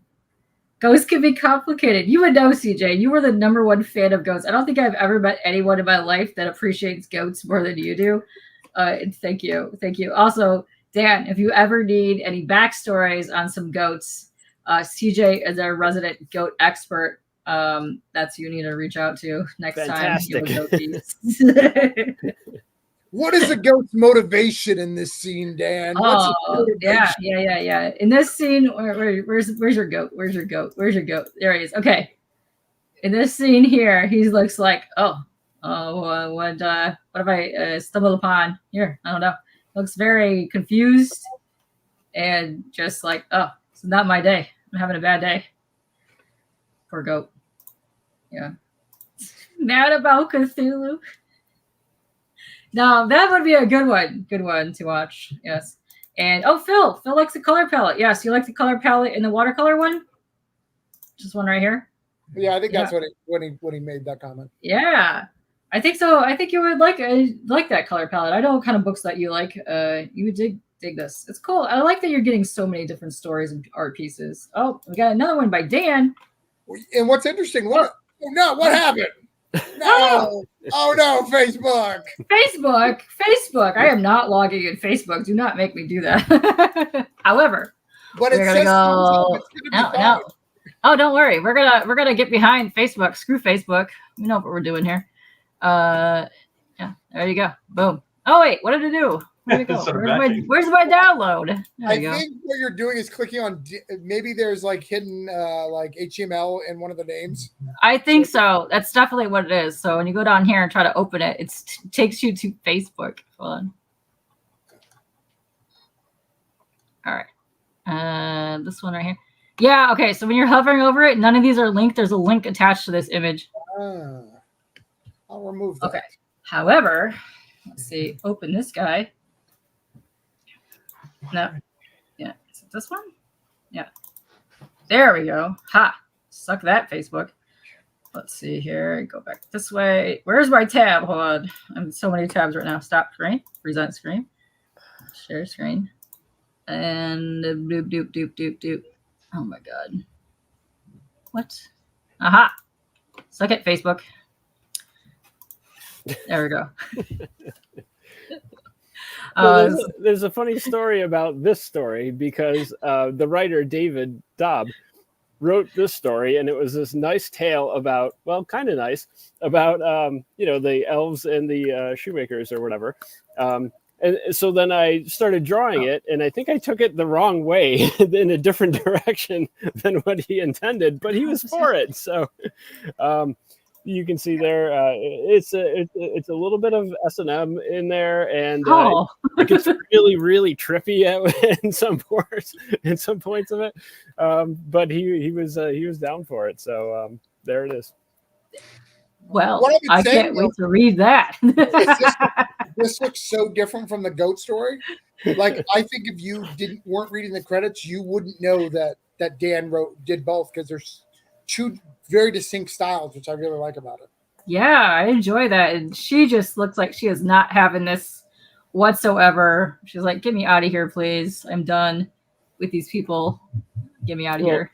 In the script, he had said that the beginning had to be like very cold and stuff like that. So I made my color palette just very like gray and blue. So it had that kind of mood to it, that very lonely mood, which is what the character there is experiencing. So let's see. Hold on. Let me go back here real quick.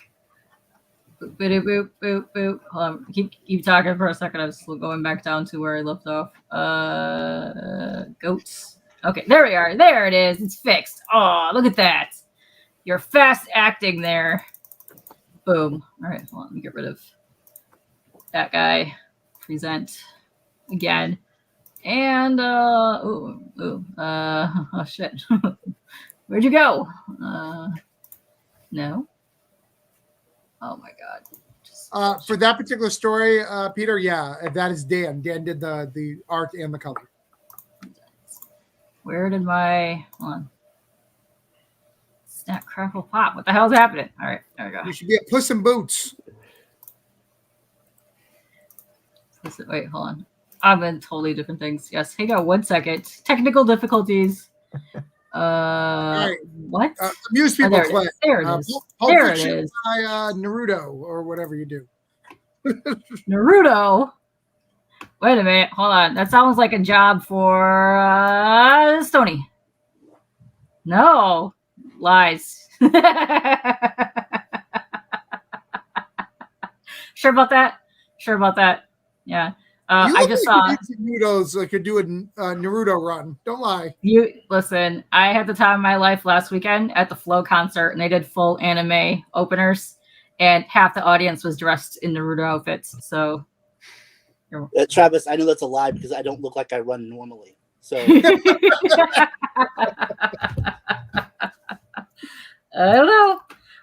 You might be our resident anime expert. So you and where did her lovely face go? Cece, Sierra here you're gonna team up with Clay, and we're gonna get all the insider information. He used to do Naruto run to class. That's adorable. Listen, if we ever meet up at an anime con, I will Naruto run with you, and you're coming with us, Stonie. You're gonna do it. Yes. I'll walk, but sure. I'll It's fine. We got that. Listen, that's the best part of these lives. You don't know what's going to happen. Yeah. So we go down here. There we go. There's your lovely piece. Now you can see it. And I like that. They just have framed tentacles. I don't know what's happening, but there's people falling off in the background. And oh my, their fire pit equipment. They're up to snuff on their pit equipment. Right and one of the fun things about art and presenting it in stories like this is how you can convey feelings and moods with the colors. So right now it looks very cold, right? All the colors are blue and gray. In a different scene, the character there, the woman, is with an elderly couple who she kind of takes refuge with. So the background is very cold and blue like that, but there's candles placed in the scene, so it makes a warm light. So with them, it's a warm light, but with the rest of the castle, it's blue and cold. Ooh, lovely. I can't wait to see the rest of your art in it, because I like your dynamic of the two different art pieces that you have between the stories. I like that you're changing it up. That's cool. I love seeing stuff like this because it makes me want to get back to art and do art myself. So yes, let's go art. So you said there's 20 stories in here? 20 stories, yeah. Wow. So this is Puss in Boots. It's a cat wearing boots. We got a very cartoony style for it. It's a lot of fun, cartoony, kind of Looney Tunes type adventure. Oh, it's adorable. And I like the little squid dude in the back. He looks adorable. They all look adorable. Looks super cute. And then this art style. Oh, we got wait, Stonie. What's up, Stonie? It's your turn. It's your turn to shine. Yeah. So we chose the bridegroom, the robber bridegroom, for the artist is Ben Humanic. We've worked together on the Cthulhu Invades stuff before, and we had a lot of fun taking this and twisting it around and adding all these little Easter eggs. I was thinking about it. Of course, I wrote this, what did we say, almost a year ago. So I'm forgetting everything I put in it. But there's all kinds of Lovecraft references and things for people who Nice. are lore buffs to catch. Oh, thank you, Jackknife. Jackknife says, back during the rap, the easiest beatbox is to say boots and cats, boots and cats, boots and cats, boots and cats. What's also super into the theme of your fairy tale book. I'm just saying. Oh, you could also do Cthulhu in a different name. Yeah. Yes. Oh, good question. Phil wants to know, this is for any of you on the panel, what's it like finding a printer for hardcovers? It took us a while, but Clay Adams actually hooked me up with this one. I used to use a different one, but Clay Adams hooked me up with this guy, and he is amazing, and he has not let me down yet. He's super easy to work with. It's such a Clay Adams move now that everything's coming together. The guy, so I'm going to tell a true story. I'm not kidding. I was talking to Clay. Clay's like, I got a hardcover guy. I was like, oh, you do? And he's like, here, let me give you it. It's a Gmail. So nothing more shady, which now makes sense since Clay Adams' name and who he really is, from the internet. So this random printer, who has a printer name, by the way, but that's not what Clay gave me. Clay gave me his Gmail account. Some random guy, but the guy's taking care of us. His name's Jeff. Does amazing books. I think he does the Nightmare Theater books too, right, Clay? He's done, yeah. So he did one of the Blazing Blade of Frankenstein books. He's done a lot of stuff for. I feel like maybe he worked with Massive Publishing and oh boy, what's the one I'm blanking on? Action Lab. I think he did a lot of their books. He does a lot of stuff. He actually hasn't printed any of the Nightmare Theater stuff because content, some of the content would not pass the Chinese censors. Okay. No. But otherwise, yeah, we definitely would have used him. He's fantastic. Yeah. Nice. Very cool. I'm glad my shady connection helped you out. Yeah. It's an underground, probably mafioso deal, but it's working out fine for me. It's very affordable. Google is very more modernized than if you would have hit him up with your AOL address. That might have been even shadier. I'm just saying. That was the next one I had in my pocket. Anyone here local? No, Detroit doesn't really have anybody who does good hardcovers. The closest to Detroit is Comics Wellspring. Yeah. And they do stuff, but you're going to be paying a lot. You're going to be paying about $20 a book. I know Carissa found an overseas one as well. That's pretty good. I forgot what the name was. I think it started with a T. She said she did some good stuff with that.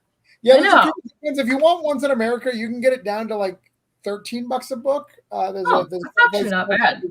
But you've got to print a lot. So the negative is if you just want, $200, you're not going to find anything affordable. You got to print in the thousands. So nice. I like this. I like the art style, and I'm a massive fan of the swirly woo woo hair. Go Top Cow and the swirly woo woos. My heart lies in art and comics. This is neat. I like the colors of this. Very cool. Brian, tell about it. Brian, you're up, Brian. Nice. Hold on a second. Where's Brian? There's Brian. Hi, Brian. Hi. Hello. Yeah, that's a story by Chuck Satterley, and he just Travis just tossed it to me one day and said, "Do you want to draw it?" I said, "Yeah, okay." And a few days I had it put together for him. It just happened to coincide with it's a good theme for me. I really enjoy Lovecraft, and I got to sort of get into it a little bit, sort of reach back into my memories of the stories I enjoyed of Lovecraft's, and so I kind of had this whole cosmic sort of purpley tone between the different panels and the in the backgrounds and thing, and then finally the sort of cosmic horror at the end. I got to really play with those textures and get that sort of cosmic ambiance in it. So that's it looks great. Yeah, the purple nailed it. Nice, you did a great job. And let's see, Lorena. So it looks fun to read and just stare at each of the page. Yeah, so if you're just joining us, this is a how many pages is this, by the way? About 170. 170? Okay, so you got 20 different stories of Cthulhu Invading Fairy Tales. So there's 20 different stories, each one different artist and writer, which is really awesome. This is why there's a whole ton of people on panel today that we're going through. And we're just going over Brian's partake in this right here. Ooh, this one right here. Hey, Justin, what's up? How are you doing? Yes. Good question. Do they still make Treasury edition sizes, like to print? They do. It's just rare, and you got to get it from specialty stuff. Like with paper being so expensive and import being tough these days, you probably don't see a lot of it. At least in large quantities, I don't. We are going to make it obulus pretty soon. I never say that right. Obulus. How do you say it? Obulus. How do you say that word? Omnibus. Omnibus. I can never say that word. I don't know why. It's hard. But we're gonna. That's one of my goals maybe for next year is make it for the last one, Cthulhu Invades Oz, a Wonderland. Oh, cool. That was a fun film, but we haven't done that yet. But no, there's no Treasury edition as of yet, but that's something we consider. Phil, it sounds like you're brainstorming something interesting there. You want to figure this out. And Sierra here, she says she wants to eat the sky. Listen, that purple and that yellow is so dynamic against each other. It really pops. So yes, that sky looks gorgeous. So great job. Way to go. Yeah, I used Hubble images. You know how they sort of play up these Hubble images. So I made textures out of those and painted them in for my skies. Nice. So for the artists on the panel, are you guys more into the traditional art, or do you like digital, or you mix it both? Because I know a lot of people that would do like pencil, then move it to digital, and then color digitally. I let the person who wants me to do it tell me if they want to have the physical pages. It's a little longer to make because I'll really sit down and pencil forever. Because with digital, you can just fix those mistakes very fast. And so I work way faster digitally, but I don't have a preference really. Nice. Okay, and let's see who else is in here. So Dan, same question. Yeah, I do all my pencils and inks traditionally on the board. I have wooden pencils that I have, and I sharpen them with a knife so I can get to the lead. It's very old school. That's what I do. So yeah, I do everything like that. I try to not make mistakes so that I don't have to go back and fix them later. And then I scan them in, and I do all the lettering and the colors digitally. It's just for that. It's just so much faster and easier, and easier to create the file because it has to be digital anyway to send to whoever's printing it. So yeah. Nice. I like that. It looks like we lost Stonie again, but he'll probably be back in another second. Let's see. Anybody else art? I can't see. It's hard to see. All the names. All writers. Oh, no, lies. Tom, you're up. Yeah, no, you definitely art guy. I believe, as I stated earlier, I'm not an art guy. So I guess I do it really old school by not doing it at all.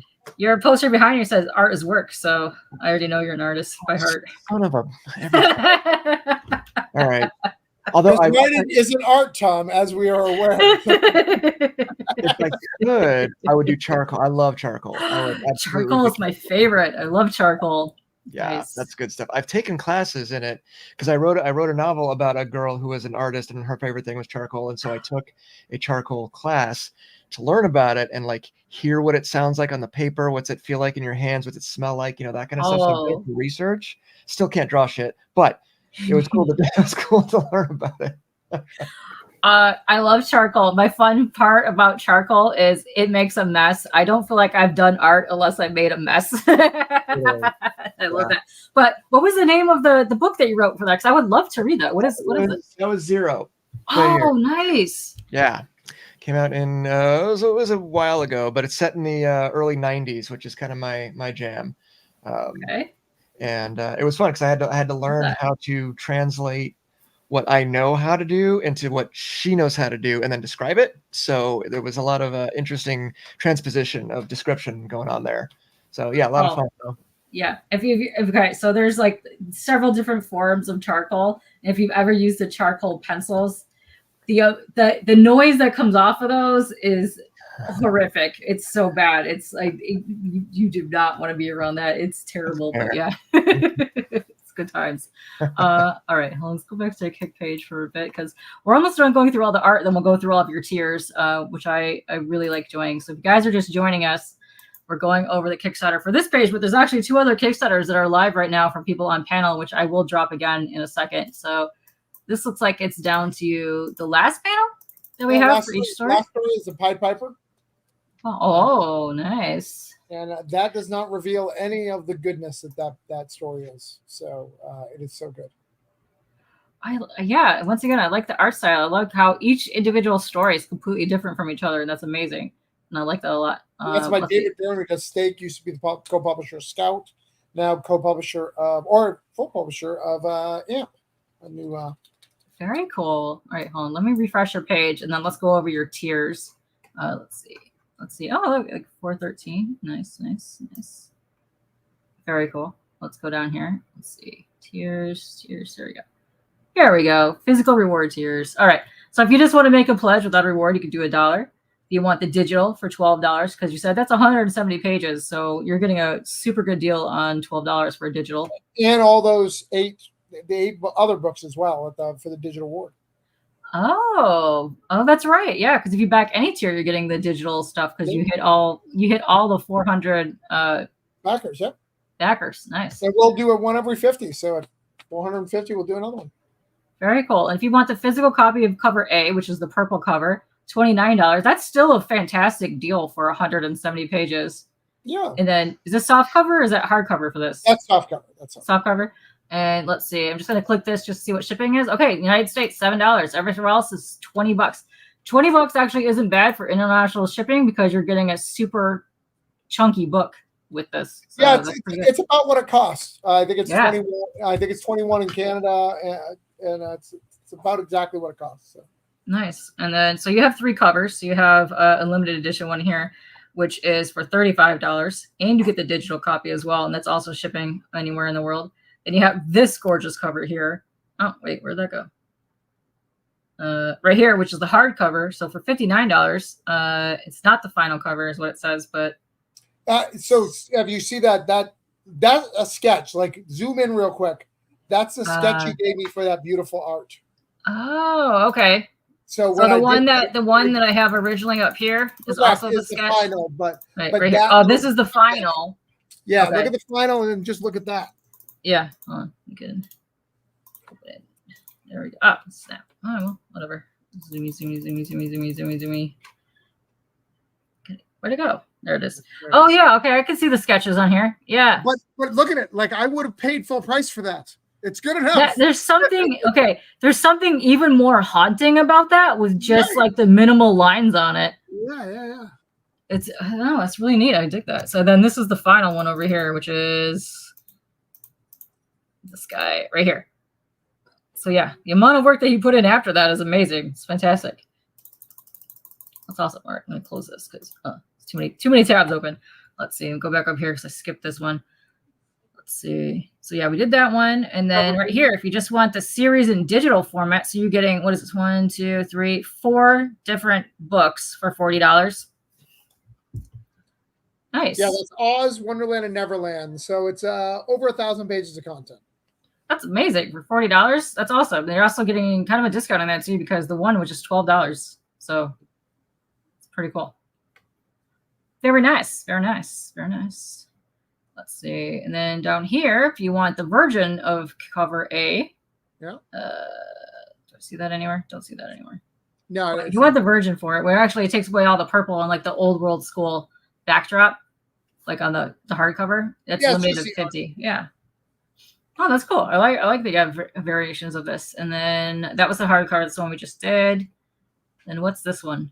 Oh, you want all 4 books, cover A set. Okay, so these are physical tiers here for $120. Good stuff. Wow, you got decent backers for that. There's a lot of people that were picking that up. Yeah. Nice. Those are cool covers too. They did amazing art on that as well. And if you want the same thing but cover B for $140, you can get that in here. If you want the like alternate art, yep. Oh, very nice. And then if you want, let's see, Cthulhu Invades soft collector's box. Oh, nice. Hold on, is that down here too? Right here. So basically what that, you get 2 metal bookmarks, you get a cover magnet, you get a sticker, you get 2 prints, and then like a shiny sticker in a nice cool box. I've even got the box right here. Oh, wait. Hold on, let me go back here. Where am I? Oh no, the page is stuck. Where are we at?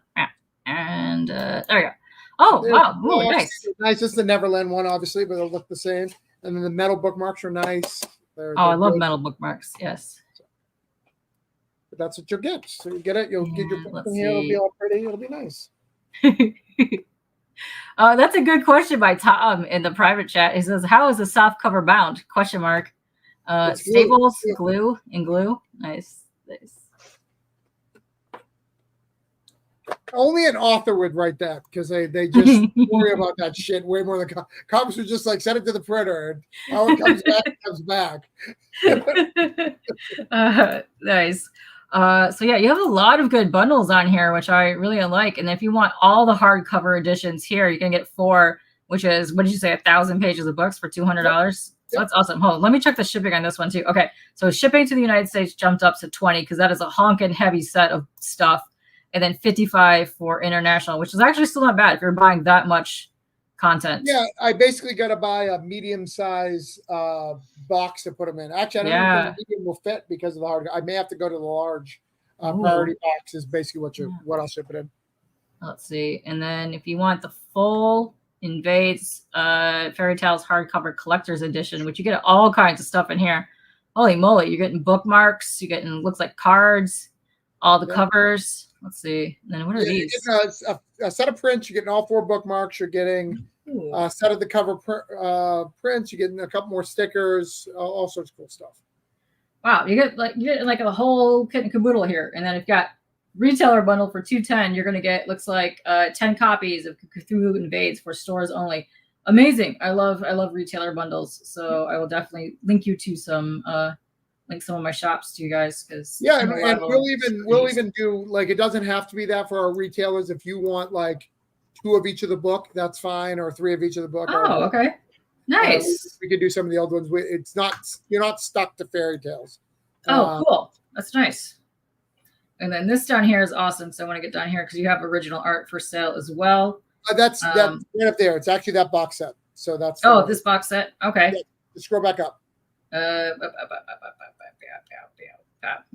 It's that hardcover book, but in the right you see the original art. So the original. Yeah. Here we go. But so for $650. Yeah, to buy his original art, it's $600. So I'm basically giving you the box set for $50. Wow, that's a good deal. It's a super good deal. And you get crazy for the shipping because it's original art. It's very affordable shipping. I think it's $20. You have one of those available. So yeah, $15 for the States. And $35 for outside of states. Oh, that's a really cool deal. Yeah. I know there's a ton of original art collectors that like that kind of stuff. And you already had some physical tiers that are all gone already. So people have been picking some stuff up. This might have been, I don't know. Oh, wow. Yeah. Some probably early bird specials maybe. Yep. Nice. That's awesome. So you have a really cool campaign. Let me link this campaign one more time. And if you don't mind, I can open up the other 2 campaigns, go over those a little bit, because I know it's been about 2 hours chatting with us. Oh my gosh, hold on. I opened up all the things, but the goat. I'll have to send you a meme of a goat that I found that you can use for reference next time, because it's made my day. Let me tell you. Yeah, how many goat stories do you think you have in you, Dan? Are you good question, Dan? Yeah, I'd like to do a spin-off on that. Okay, all right.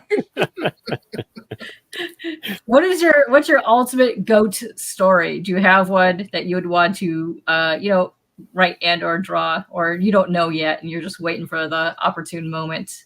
No, I think I'm going to take any story I get next and I'm just going to make it goats. Like, I don't care what it is. It can be Batman goats. It's just going to be goats. Shout out to all the writers in the chat and that are watching. Send this man your stories and he will goat them for you and then turn that into a thing. Yeah, do this. The GOAT, right? That's the name. The GOAT, that's on the cover. And it's a guy, just a guy, a goat. With a trench coat.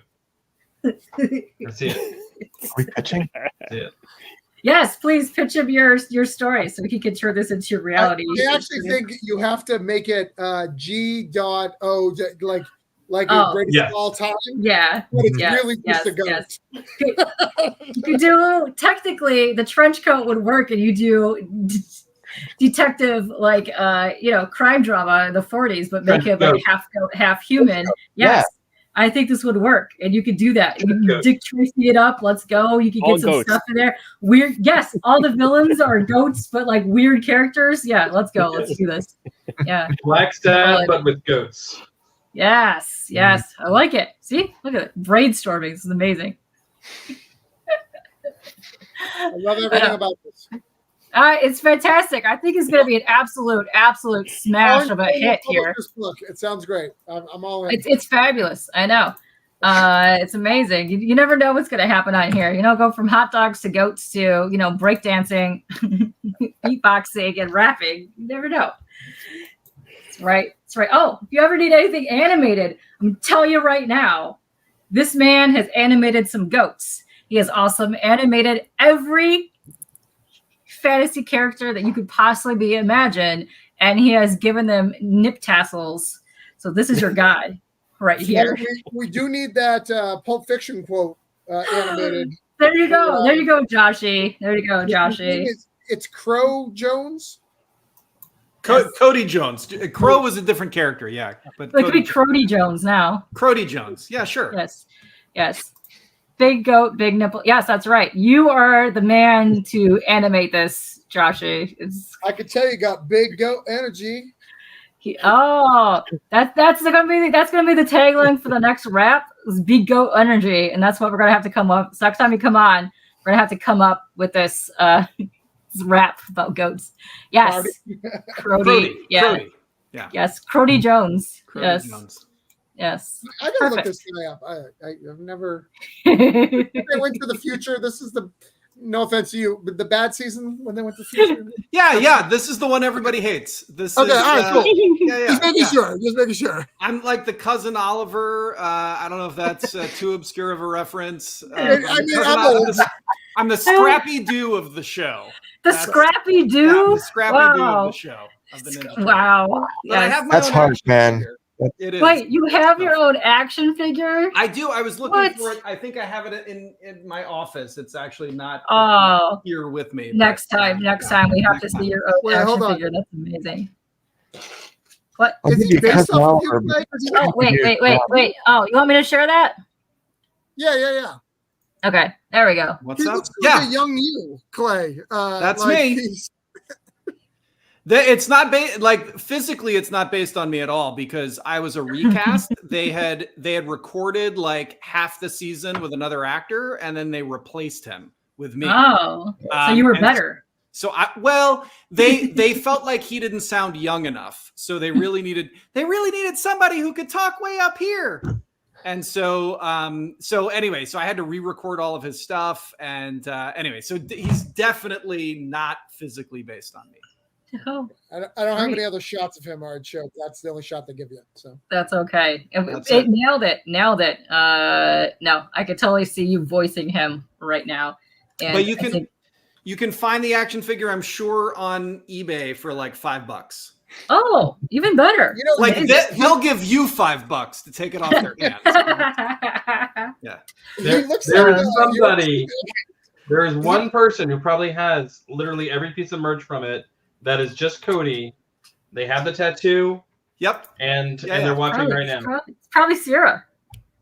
Could be. She's your number one fan. I think Sierra's more of a Crow fan. I think that's a good choice. Yeah, I think that's a good choice. There's another good question by Tom. Like to me is you remember Highlander, like the Highlander the animated series? He looks like the Highlander animated series guy. You know, that makes more sense that you said this because Joshy here is my OG hair nemesis, and we are battling each other to be the Hairlander. Yes, that's. Do you cut off the hair to win? Eventually, yeah, that's my hair. But yeah, can you see his long, luscious locks here as well? But yeah, that's him. But yes, so yeah, look, you're number one fan. Right there, she's definitely got it. I love it. Thank you.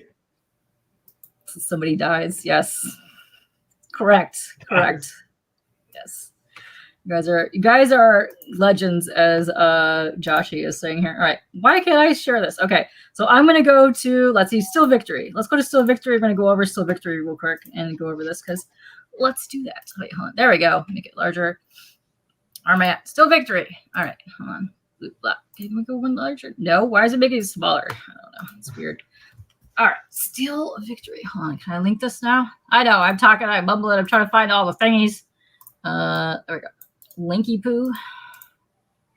Man, I want to beat this Cody Jones up. He's such a little bitch. I'm so sorry. Wait a minute. Can we get you as your favorite Ninja Turtle battling Cody, in a match? Can we get that happen? Rap battle each other. I have one more sketch cover. I think I want to draw Cody getting beat up. You got to do it now. You have to do that now. You can't just not do this. That'd be amazing, Travis. That'd be amazing. I can make that happen, Clay. Thank you, sir. I'll have his dad beat him up. I'm the real Jones, bitch. Oh, so harsh. Love Which, it. if you know Jones's history, it just proves the cycle of violence between father and son continue. Oh, harsh.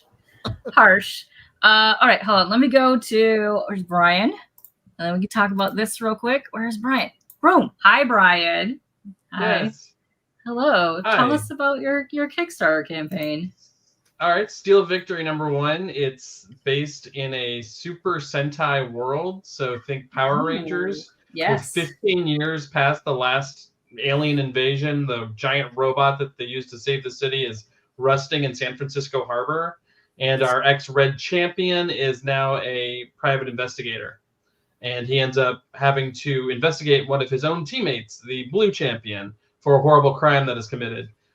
So they're like latent effects of these creatures that used to come in and attack, and while they don't retain their full powers, he does carry around his blaster. He does have a few other additional things from those days.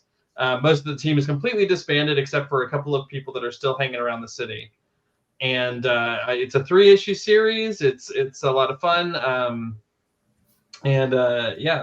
was hoping I could find an audience on this one. I'm glad that I got backers for it and that we were able to get funded, but I do think that a lot of people would be interested in this.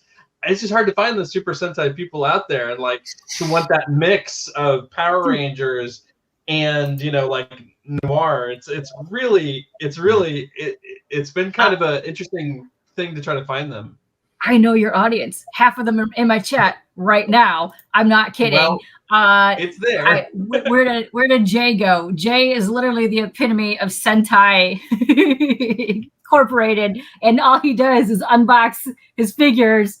I'm telling you right now. I don't know where Kevin's in chat, but he did the top cards for Ultraman. So let's go. You have your audience. So we're gonna go campaign. If he wants to be an absolute legend, I do have a tier where he can design his own kaiju. I have pages available where our giant robot, the Victory, is battling a kaiju. I have one taker right now. I've got room for another one. So that's a awesome. Okay, hold on. Let me go to your campaign. Let me find this. Okay, there we go. Let me refresh this. Okay. So if you guys are wanting to back this, you have 3 days left to go. This is going to end Tuesday, August 20th, 8:02 a.m. Eastern time. And you've already nailed your funding goal. Let's get you some more backers. You're at 60. That's awesome. So far, I like what you have seen here. This is great. Let's see. Let's go down here real quick. I'll play your video too. But nice. Classic. The Gorgonites were the enemy. Oh, this is fantastic. I love this. Oh, dude, I know so many people that would love this. Oh, no. Oh, yeah. No, I'm going to go spam your link all over the place. Cause I appreciate it. No, some of my favorite things in life are kaiju related. I'm not even kidding. What's up, Gerald? You just need to cut out O'Brien to photobomb everyone. Let's go. Let's do that. Let's make that happen. Hi, Gerald. Yes. I hope you and Silas had a great stream earlier. Let's see. Yes. Nice. Let me see here. Where did I go? I lost some pages. No, that's adorable. I love this. I love kaiju.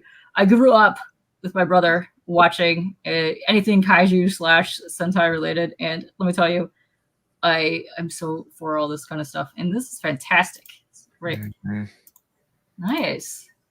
I love the premise, man. Every time. Yeah, thank you.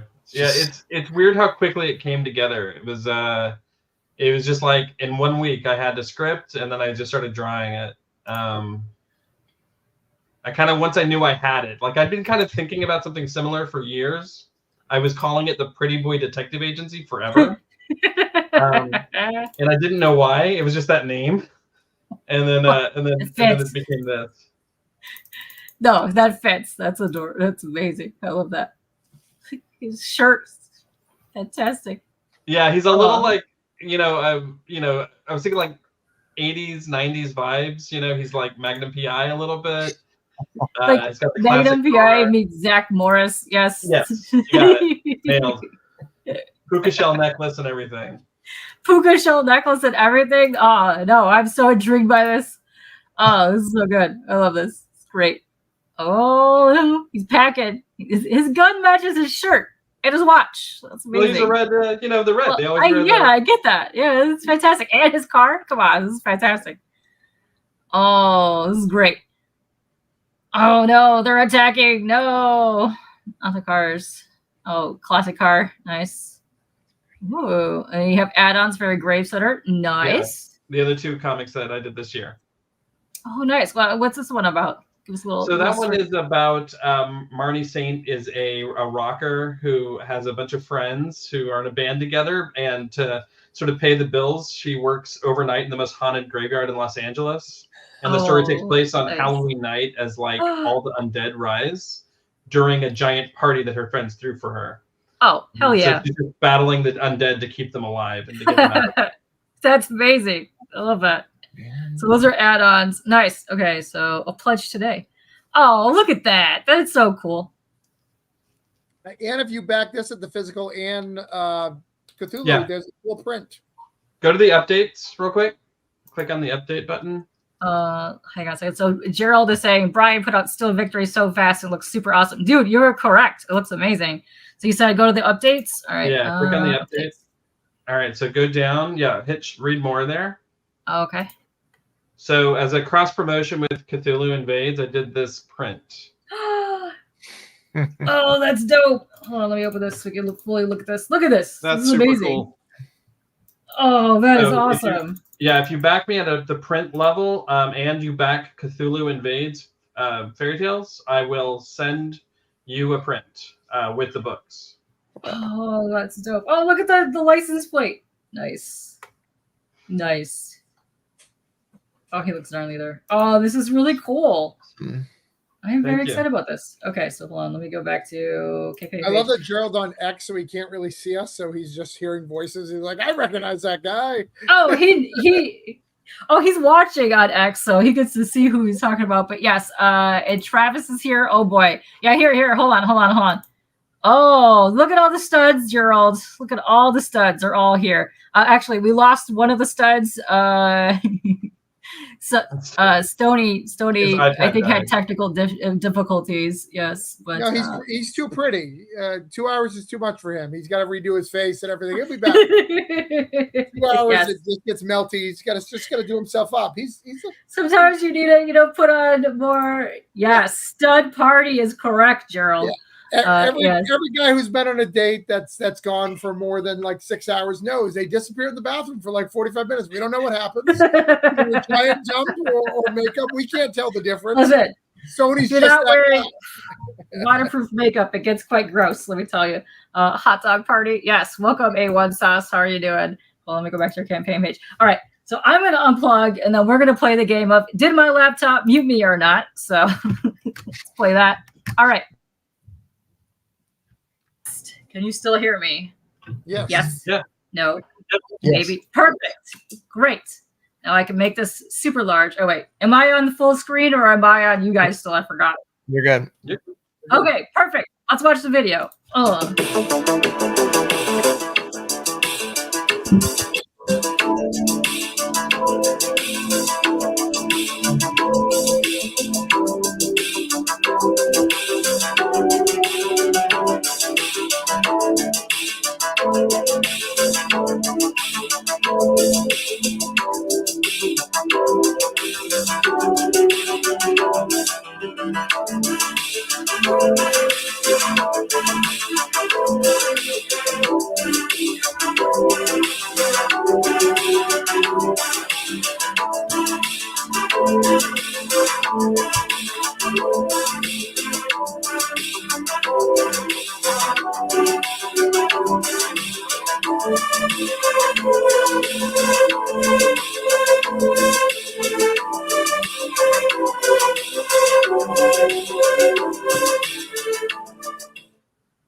that was cool.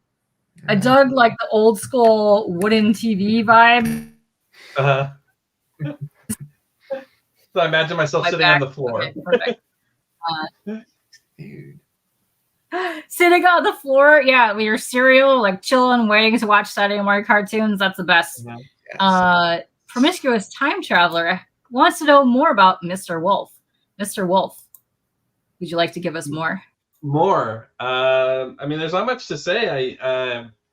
I've been sort of out of comics for like nearly 10 years. I sort of jumped out to sort of be a stay-at-home dad, and my daughter went to kindergarten last year, and I was like, okay, I'm back into comics, and let's see what I can do. I started a a webcomic that nobody saw or read or made any kind of impact at all for about a year, and then I decided it was time to just put out Gravesitter, which I'd drawn 2 years ago.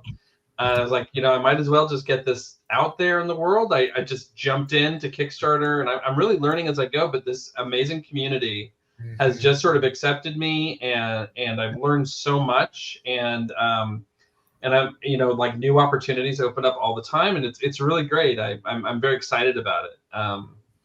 So that's kind of my story. That's awesome. I like that. I like that everyone is so like camaraderie, and then like you collaborate with each other. And I think that's amazing. And keep it up. It's fun. I love seeing that. Did you get to know Mr. Wolf more? I hope you did, Kyle. I hope you did. I hope so. I hope so. I really do. And then we can go over your tiers real quick. So this is Brian Wolf's Kickstarter. Oh, wait, is the right one? Yes. Still Victory. And we just watched the trailer for that. So he has 3 days left. And if you back any of the tiers, the physical tiers, you get that print for this and Cthulhu. You back both. Yeah, as long as you do both. That's the cross promotion. Yes. So you already hit your funding goal. So congrats on that. Hopefully you get way more backers. So if you just want to support it, go for it. You can just anything there. Digital is $5. That's a really cool deal for $5. Yeah. Nice. If you want physical copy of issue 1, cover A, $15, and then you are doing, let's see, $6 shipping and then $10 elsewhere. That's a super good deal for some, issue action. Let's see, physical cover B, $15 there. Oh, the Champion Comics of stickers. Oh my God, 3-inch vinyl stickers and a copy of the original comic. You might have sold me on that tier. The lizard there, that's Gorillazard. So Gorillazard? Yes, he is the the exact mix of two famous characters. Yes, as a kaiju. I love it, and I also love the other sticker that's in the background. Looks that's awesome. I'm for this. I'm so for this. Let's go. Oh, you have a reversible bookmark. Oh, look, it's black and white normal, and then guess what? Colorized. Flippity flop. Nice. So for $25, you're getting the sticker. You get stickers and an exclusive bookmark plus the comic. Nice. $25. It's a good deal. Then if you want both covers for $30, very nice. Then this is awesome. You get the super cool print right here, which is this one right here. Yeah, that's the first thing I drew. I didn't have a story really written at all. I had a kind of vague idea of what it was, and then I just drew that, and then I made a comic. I love the background and the foreground type situation, but I love how hazy it is with your guy back here. What's your guy's name? That's the Victory. The Victory. Ooh, okay. That's awesome. I like that a lot. And let's see. Almost everything for $50. You're gonna get all kinds of stuff, plus the print, plus the bookmark, plus the PDF. Get all of that here. And this is what I want to look at. So you get the Victory, create your own kaiju and everything else. For $200, and you got one background that's already, and there's only 3 left. So for $200, you're gonna get all kinds of stuff in here. What exactly do you get in this for this kaiju? Let me go down here. See if there's anything in here. Oh, here we go. Let's create your own kaiju. Okay, so it's gonna be like a battle. Yeah. So there are flashback pages that are available that I will draw. With your kaiju that you have invented. It could be something completely crazy. I do have to approve it, for the for the comic, but it's yours. You take it with you. It's your naming rights. You own it. I don't own anything about it. It's just in the book. You'll get, if I do original sketches for it, you get those too. That's super cool. I like that. And indubitably, yes. And getting to know you, getting to know all about you. Yes, A1 sauce. That's what we're doing today. No, that's a cool deal. I like that a lot. This is awesome. So yeah, I posted a link for this. I will re-update everything on the bottom of the thing with all the campaigns that we talked about today. Plus, I have all of your linkages to all the people that are on panel today. Actually, no, I got to add Tom's link when we're done with this. Yes. And Yevgeny, what's up? How are you doing? We're doing pretty good. And Bronze Age, what's happening? Yeah, we got a full crew today. Here we are. Boom, all the peeps. Well, minus one that had to take off. So yes, but yeah, here's all our studs. What's that? He needs to look pretty. You just don't understand. Just don't. Listen, he might be coming back even prettier. Then you guys will be able to handle the studliness that is coming back on panel. You have no idea what's happening. Yeah.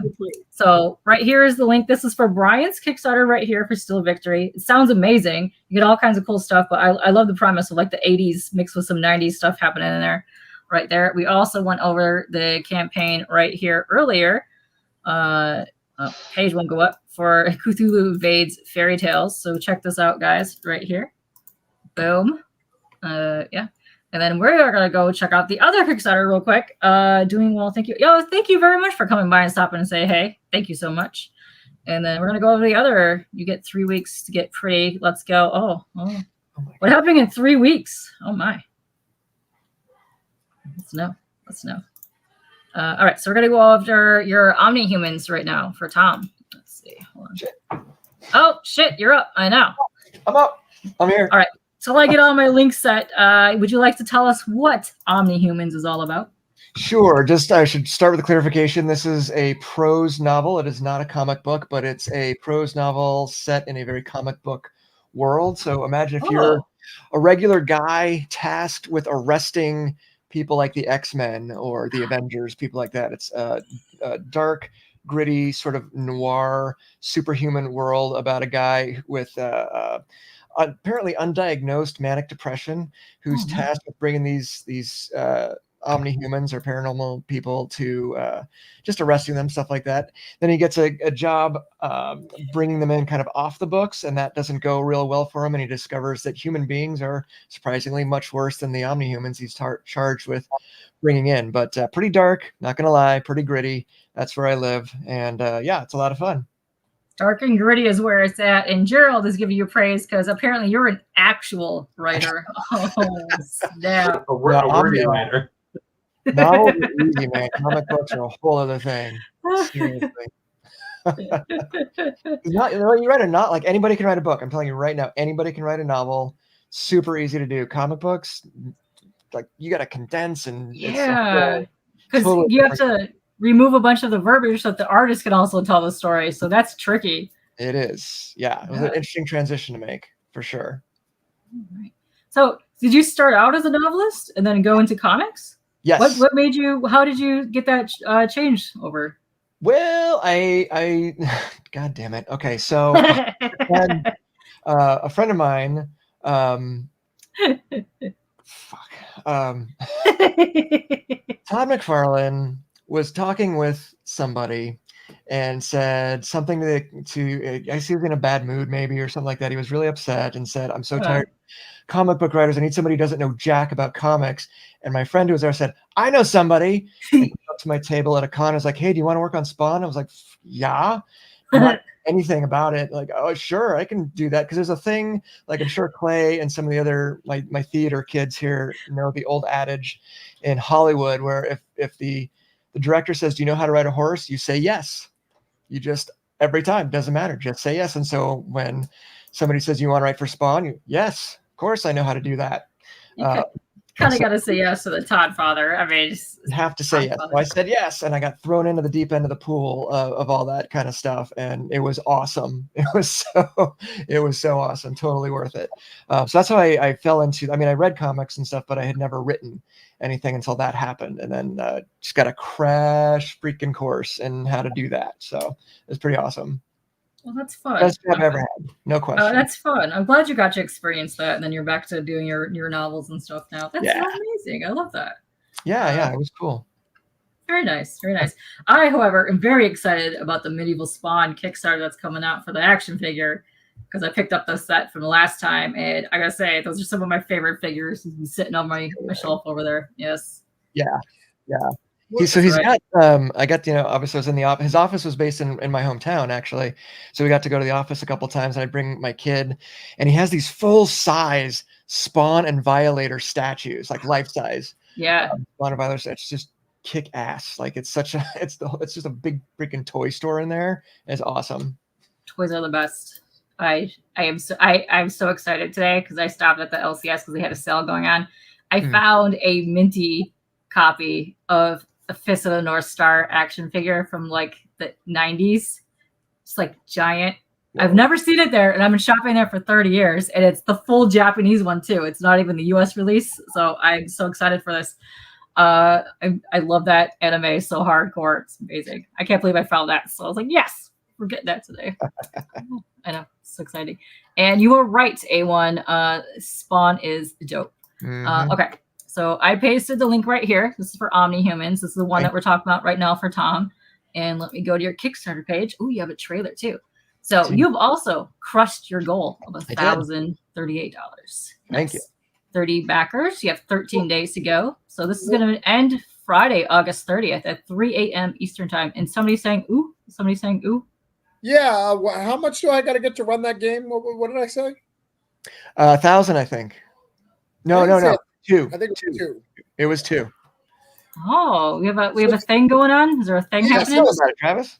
Yeah, well, this is based off of a wonderful role-playing universe, Champions, correct? It's Champions or Mutants and Mastermind. I forgot which one was yours. It's Hero System and then Champions. Hero System, the Hero System, right. So I told him, because I run role-playing games a lot for my friends and stuff, that he's such a big fan that I will run a role-playing game with the top 5 pledges with him if he can get to $2,000. Yep. And $2,000 is hard to get in a novel, just so you know. Right? Novels don't do as well as comics, so that's a huge advantage. But if you guys want some incentive to help do it, force me to run a Champions game that I haven't run since 1998. It's the superior system. I mean, let's be the mechanics of Hero System. It's a 3D6 system, and it is by far the superior RPG system. My personal private opinion. That's just me. Maybe Travis. Nice. Not to start a fight. I don't want to start a fight, but like 3D6 White Wolf is the best system. It's so good. It's so easy. Just White Wolf D10s all day. It's just easy. Like, you got a problem with D10s. If it rolls high, it's good. If it rolls low, it's bad. It's not complicated. Yeah. It's good. So it looks like we're gonna get you to $2,000 is what's happening in the next 13 days. So we're gonna do that. So I will be dropping this link everywhere because that needs to happen. Yeah. And also, this is dope. little guy back here. Let's see. Let's go down here real quick, and I'll play your trailer. So this is an actual novel. So if people are wondering, that's what's happening here. Yep. Let's see. Open your cover here. Ooh, that's a nice cover. I like the mix of what's happening there. Ooh, a concrete labyrinth. Wow. Within a concrete. That is a tagline. That's awesome. Thank you. That makes me feel very good, because that is not easy to do.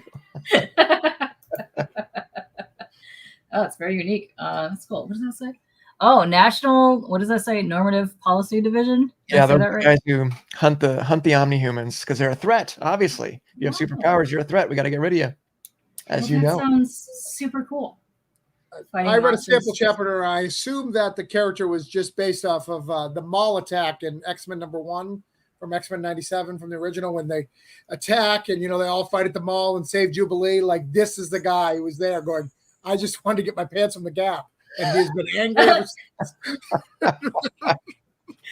You know what makes me so angry about the Dread movie that came out with Carl Urban? When they're fighting that main scene that's around all the civilians drive me nuts because they look like they just walked out of 2000 Gap. Like, they're so clean, they're so normal. Like, they're just walking around in like their pants and their t-shirts. There's like nothing gritty about it. But I love that movie. That is so wrong. It's very wrong. It should not have happened. Travis and Tom just merged to make a nerd RPG kaiju. I think it's the kindest thing anyone has ever said about me. Thank you. Beautiful. It was so good. That needs to happen. I can't wait for that. That's going to be glorious. So if you do this with the 2000, how are you going to be doing this live on a thing so people can go watch we'll this do it. fantasticness? We'll do it. I'll do it live so people can watch. Yeah, absolutely. That would be cool. Oh, that'd be fun. I like that. Let's see. Oh, you're describing your character here. Nice. Ooh. Champions, yeah. Oh, very nice. I like this. So you got a good mix of characters in here, and I like that you have all of these together. Is your mood board? That's some of my favorite things in one thing. So this is gonna be fantastic. Like, this is my world. That's your world. Nice. Why OMNIHUMANS? Oh, this is lovely. Okay, so let me go over your tiers real quick, and then we'll play the trailer because this is awesome. I like this. That's a cool mix of campaigns that we got going on here. All right, so if you just want to pledge, go for it. We have little rewards. If you want the ebook, it's $7. Nice. Oh, that's awesome. And you also get your name and your acknowledgments. Very cool. Gotta do it. Gotta have it. Gotta have it. I like that. Let's see. Ebook behind the scenes author tour. Ooh, explain that. What's that about? So yeah, it's like a little red band kind of thing where I'll go in and there's two different ones. There's going to be an audio version, which is not an audio book, but it's more of a follow along kind of thing where I'm going to go kind of through the book and talk about, how things came to be in the book and that kind of thing. And then there's an ebook, a short ebook text version, obviously, that just talks about, where the book came from, where it's going. Hopefully this is book one in a series of 4 or 5 that I'm working on. And so where it's going, where it's been, how it got to be here, because the story goes back, like Travis kind of alluded to, it goes back quite a ways. And we'll talk about how it came to be and how it came into its final form. So yeah, behind the scenes tour. Very cool. That's really good. I like that. I like behind the scenes stuff on there. And also A1 Sauce, I want to give a super congrats to you because woohoo, your nephew just had a baby and his name's Kylo. Nice. Nice. Welcome, little nerd baby, into existence. I would tell you. That's awesome. I love that. I love that you went that route. They went that route with their name. Nice. Mm-hmm. Let's see. Very cool. So no, that's awesome. I like the bonus footage and dig that. So $15. And let's see. Oh, how many pages is your novel? Oh, no, 300. What am I got just got the paperback the other day. What are we looking at here? Well, I'm gonna make you the big again. 322. 322. Oh, that's a nice size, decent novel. Yeah. It's a good story. So you're going to have like a little series for that. That's cool. Yeah. And let's see. Oh, what's this? A digital bundle. Mm-hmm. Okay. So you get PDF and EPUB versions. Nice. Behind the scenes book. So you're going to get both versions. Is that what that says? MP3 audio long. Okay, cool. So for $25, you're going to get all that cool stuff. And if you want the paperback copy, $35. Nice. Mm-hmm. Only shipping to the United States? Well, that's good. That's why you have all the digital tiers, which are perfect. Then if you want a hardcover, $50. Oh, nice. Yeah. I like hardcover books. Hardcover books are fun. So you get that, plus you get you get a dust jacket. Very cool. That's awesome. And then you get a limited edition Kickstarter cover for $75. I'm surprised by this. I did not anticipate that was going to go better than the original cover. So I'm much like Brian. I'm still feeling my way around Kickstarter sometimes, and I was like, oh, that's a thing that works. All right, cool. So yeah, limited edition won't be available again after the Kickstarter. Clay, just in case that happens. Oh, did he already bounce? Oh, wait, did he already bounce? Oh, okay. Oh, dang. All right. Sorry for that. I was going to say we can wrap up shortly, so because I know it's about to start storming here as well. But yeah, it's interesting to me, like Kickstarter exclusives. Like people really love those. Like they love collecting limited things. Yeah. And then I've seen a lot of people that will start campaign here, go to Indiegogo for the second chance, and then end up on Fund My Comic, and they do different covers for each one. Yeah. And then some people will go and get all the covers for each thing because they're like completionists. Yep. It's just so interesting to me, how that works. Mm-hmm. Yeah, it's cool. That's neat. So yeah, that's really cool. And if you want $75 international paperback, print, and digital, that's shipping to anywhere in the world. Okay, cool. So if you want the paperback plus all the digital content, you're going to get $75. And then let me just check to see how much shipping is. United States. I don't know. If I did, I should have. I'm pretty sure I priced everything with shipping included, so there's no surprise. Oh, okay. Oh, nice. Okay, so just $75 flat. Nice. Yeah. And same for the U.S. editions. That's everything. Very cool. Okay, so that you're just all in for that amount right there. Then, if you want author career consultation for $250, oh, this is dope. What's this all about? So, well, I started with novels. My first novel was with Penguin Random House in 2010. And I've done 9 novels altogether through Random House, Simon & Schuster, and a couple other New York publishers. So that's my background. And that comes with some lessons along the way. Not all of them lovely, but lessons all the same. And my passion, apart from creating the stories, is to let up and coming writers, regardless of what their genre or format is, let them know what they don't know, because nobody's talking about some of those speed bumps, whether it's financially, emotionally, stuff like that can go wrong. And I love talking about that and trying to help people, figure out what their next step is in their career. A lot of I came from the traditional world, and that was the brass ring. That was the thing to get. But that was just prior to all the indie stuff that we're talking about. And now that whole thing, it's totally different. And a lot of times I find myself talking to creators and particularly younger writers and stuff and say, do you know about Kickstarter? And they're like, huh? I'm like, sit down. We got to listen. You've got to do Kickstarter, man.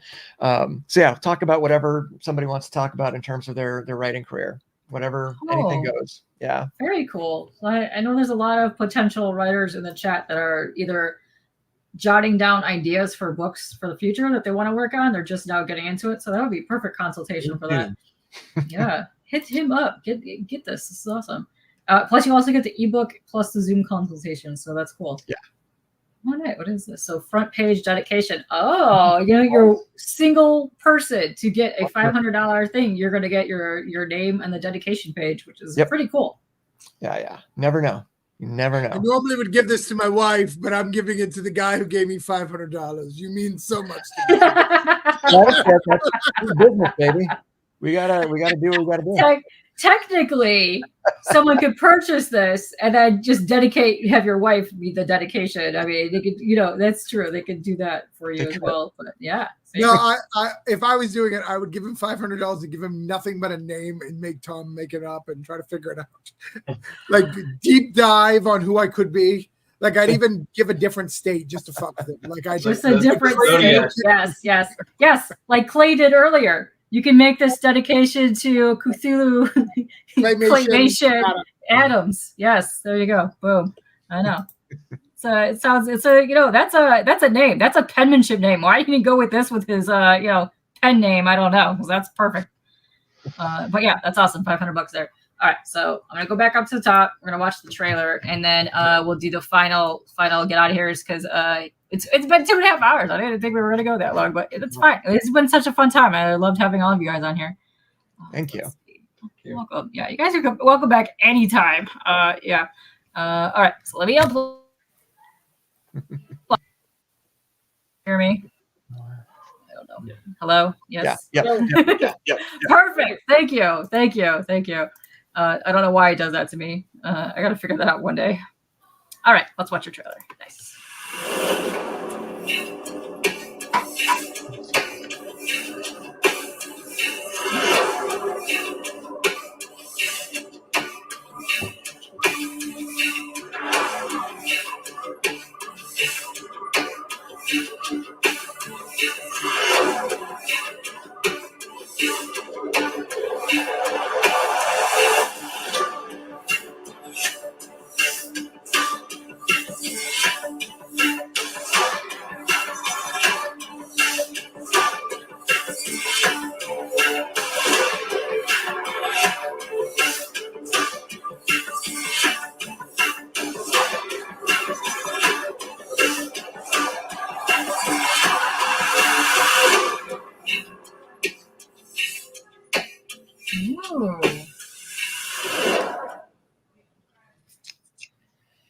There it is.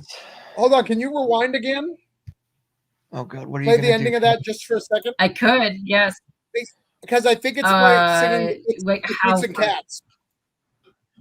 What? Oh, you think it's how far back do you want me to rewind this? Just right there would be fine. Right there.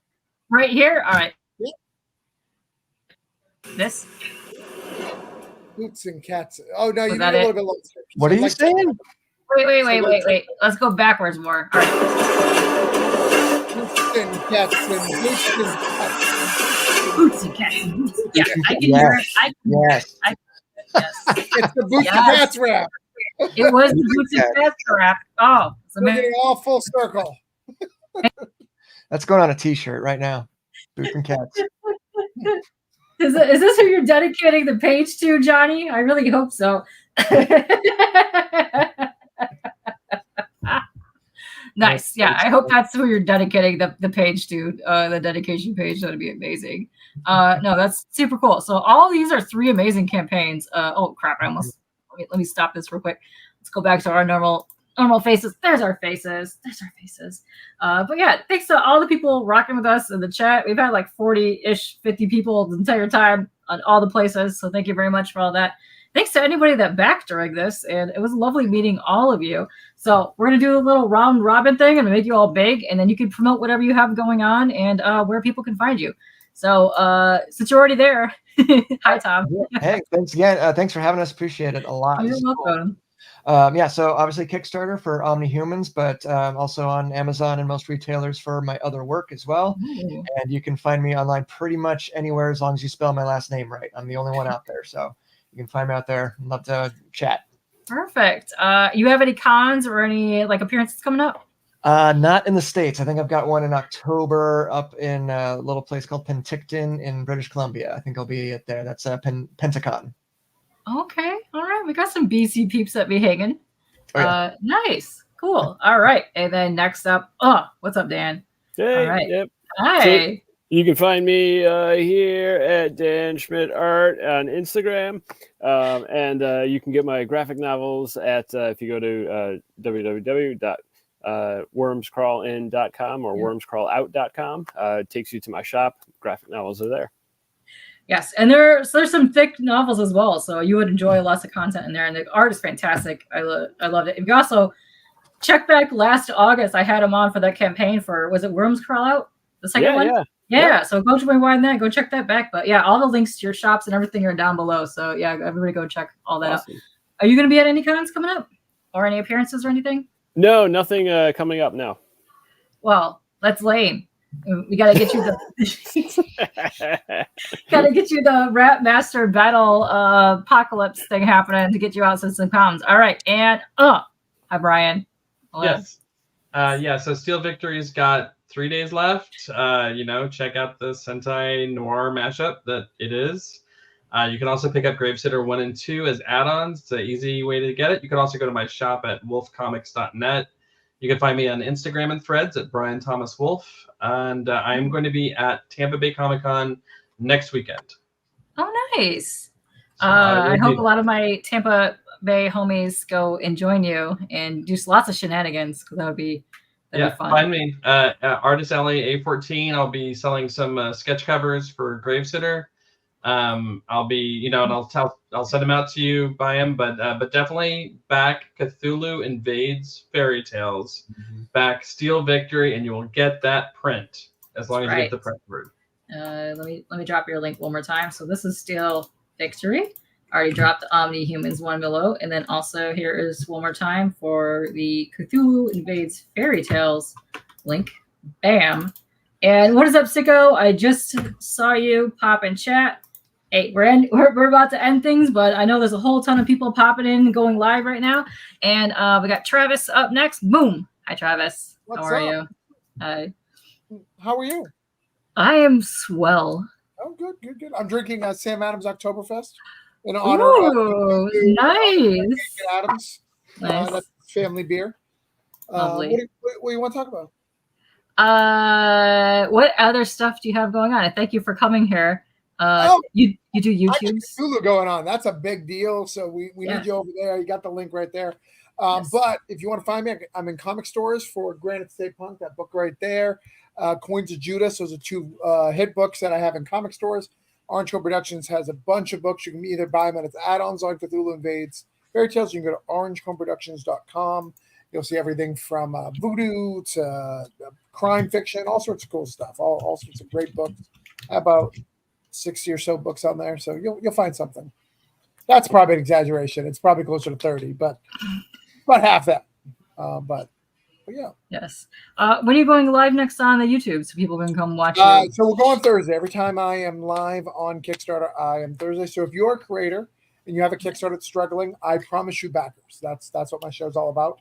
I will yell at people until they get backers. We'll make it happen. It's a lot of fun. So that's every Thursday that I am live, and I am live most of the year. So it's not often that I don't have a Thursday off, but I do have a family. I like to see them. So sometimes I'm not there. And then my next con, I am going to be at Baltimore Comic Con. So if you want to go to Baltimore, that was the first Comic Con I've ever been to back in 2013. I know. I love it. It's a good one. It's so good. It's nice. Yeah, the Ringos. Ringos, yeah, we were. This book, by the way, was nominated last year for it. Cthulhu Congrats on that. We didn't make the cut, but we got in the room. We were in the room where it happened. Sat right next to Mark Wade. One of our collaborators got drunk and got yelled at by him. What more can you ask for in Indie Comic? I'd say that's better than winning. You don't get that every day. You don't see that every day. You do not see that every day. All right, I will make myself big. Also, if you don't know, on Twitter, I have a Michigan local comic group that I've made on there for our community. If you guys are creators, you're comic collectors, or you're an LCS, I am trying to get people together for meetups and for cons. Also, every Friday, I am doing Nearly Funded Friday. So if you have a campaign that is active and your campaign has not met its funding goal, please go drop your link so people can reshare and get it out there so we get you guys funded. So woohoo on there. Also, a group of us are going around and we are shouting out some channels so we can get more subs to these people. This week, we are shouting out Frog Brawler. Yes, that is his name, and he is awesome. He has lots of cool content, comics, and he has been doing some guitar stuff. So, oh, wait, shit. It is not dropping Frog Brawler's link. What the hell? It is not the link. But yeah, go check him out. So go sub him. He's awesome. Did we get you to your 600, or do I have to yell at people again? I really don't know at this point. Let me see. You can yell at people all you want. I kind of like yelling at people. It's kind of fun. I'm at 599, so okay. Thank you for that. Make me big. Make you big. Okay, there you go. Yes. All right, listen, motherfuckers. Here's the thing. All right, I came to this show out of the goodness of my heart. Kpop has never invited me. I had to be asked to come on here. And I'm a pretty fucking big deal in the comic industry. I'm a pretty fucking deal. And you guys come here and fucking embarrass me. The first thing I said when I got get in the 600 was three fucking people. And you guys couldn't pull the shit off. All right? Shit. You're embarrassing me. I am trying to be professional here.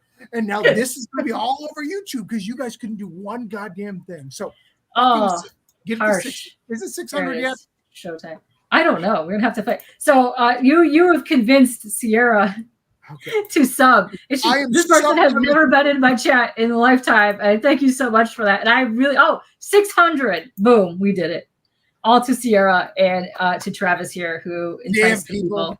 Thank you so much. Right. But thank you so much for backing, and I hope you stick around because I love to chat with you more about the animes and all the things. So come on here. So yeah, we did it. So yeah, there was like what 1 per hour. Nice. No, I hope everybody goes back to everybody. Go follow all the people. Go do things and harass these guys in DMs and make their day come true. All that stuff. But thank you. Yes, all the love and support is fantastic. Yes, go back, everybody. Go follow people, and we are going to get out of here.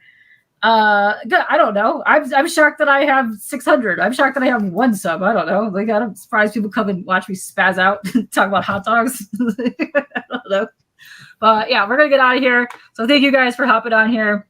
I don't have a crappy outro, so we're just gonna break dance out of here. Let's go.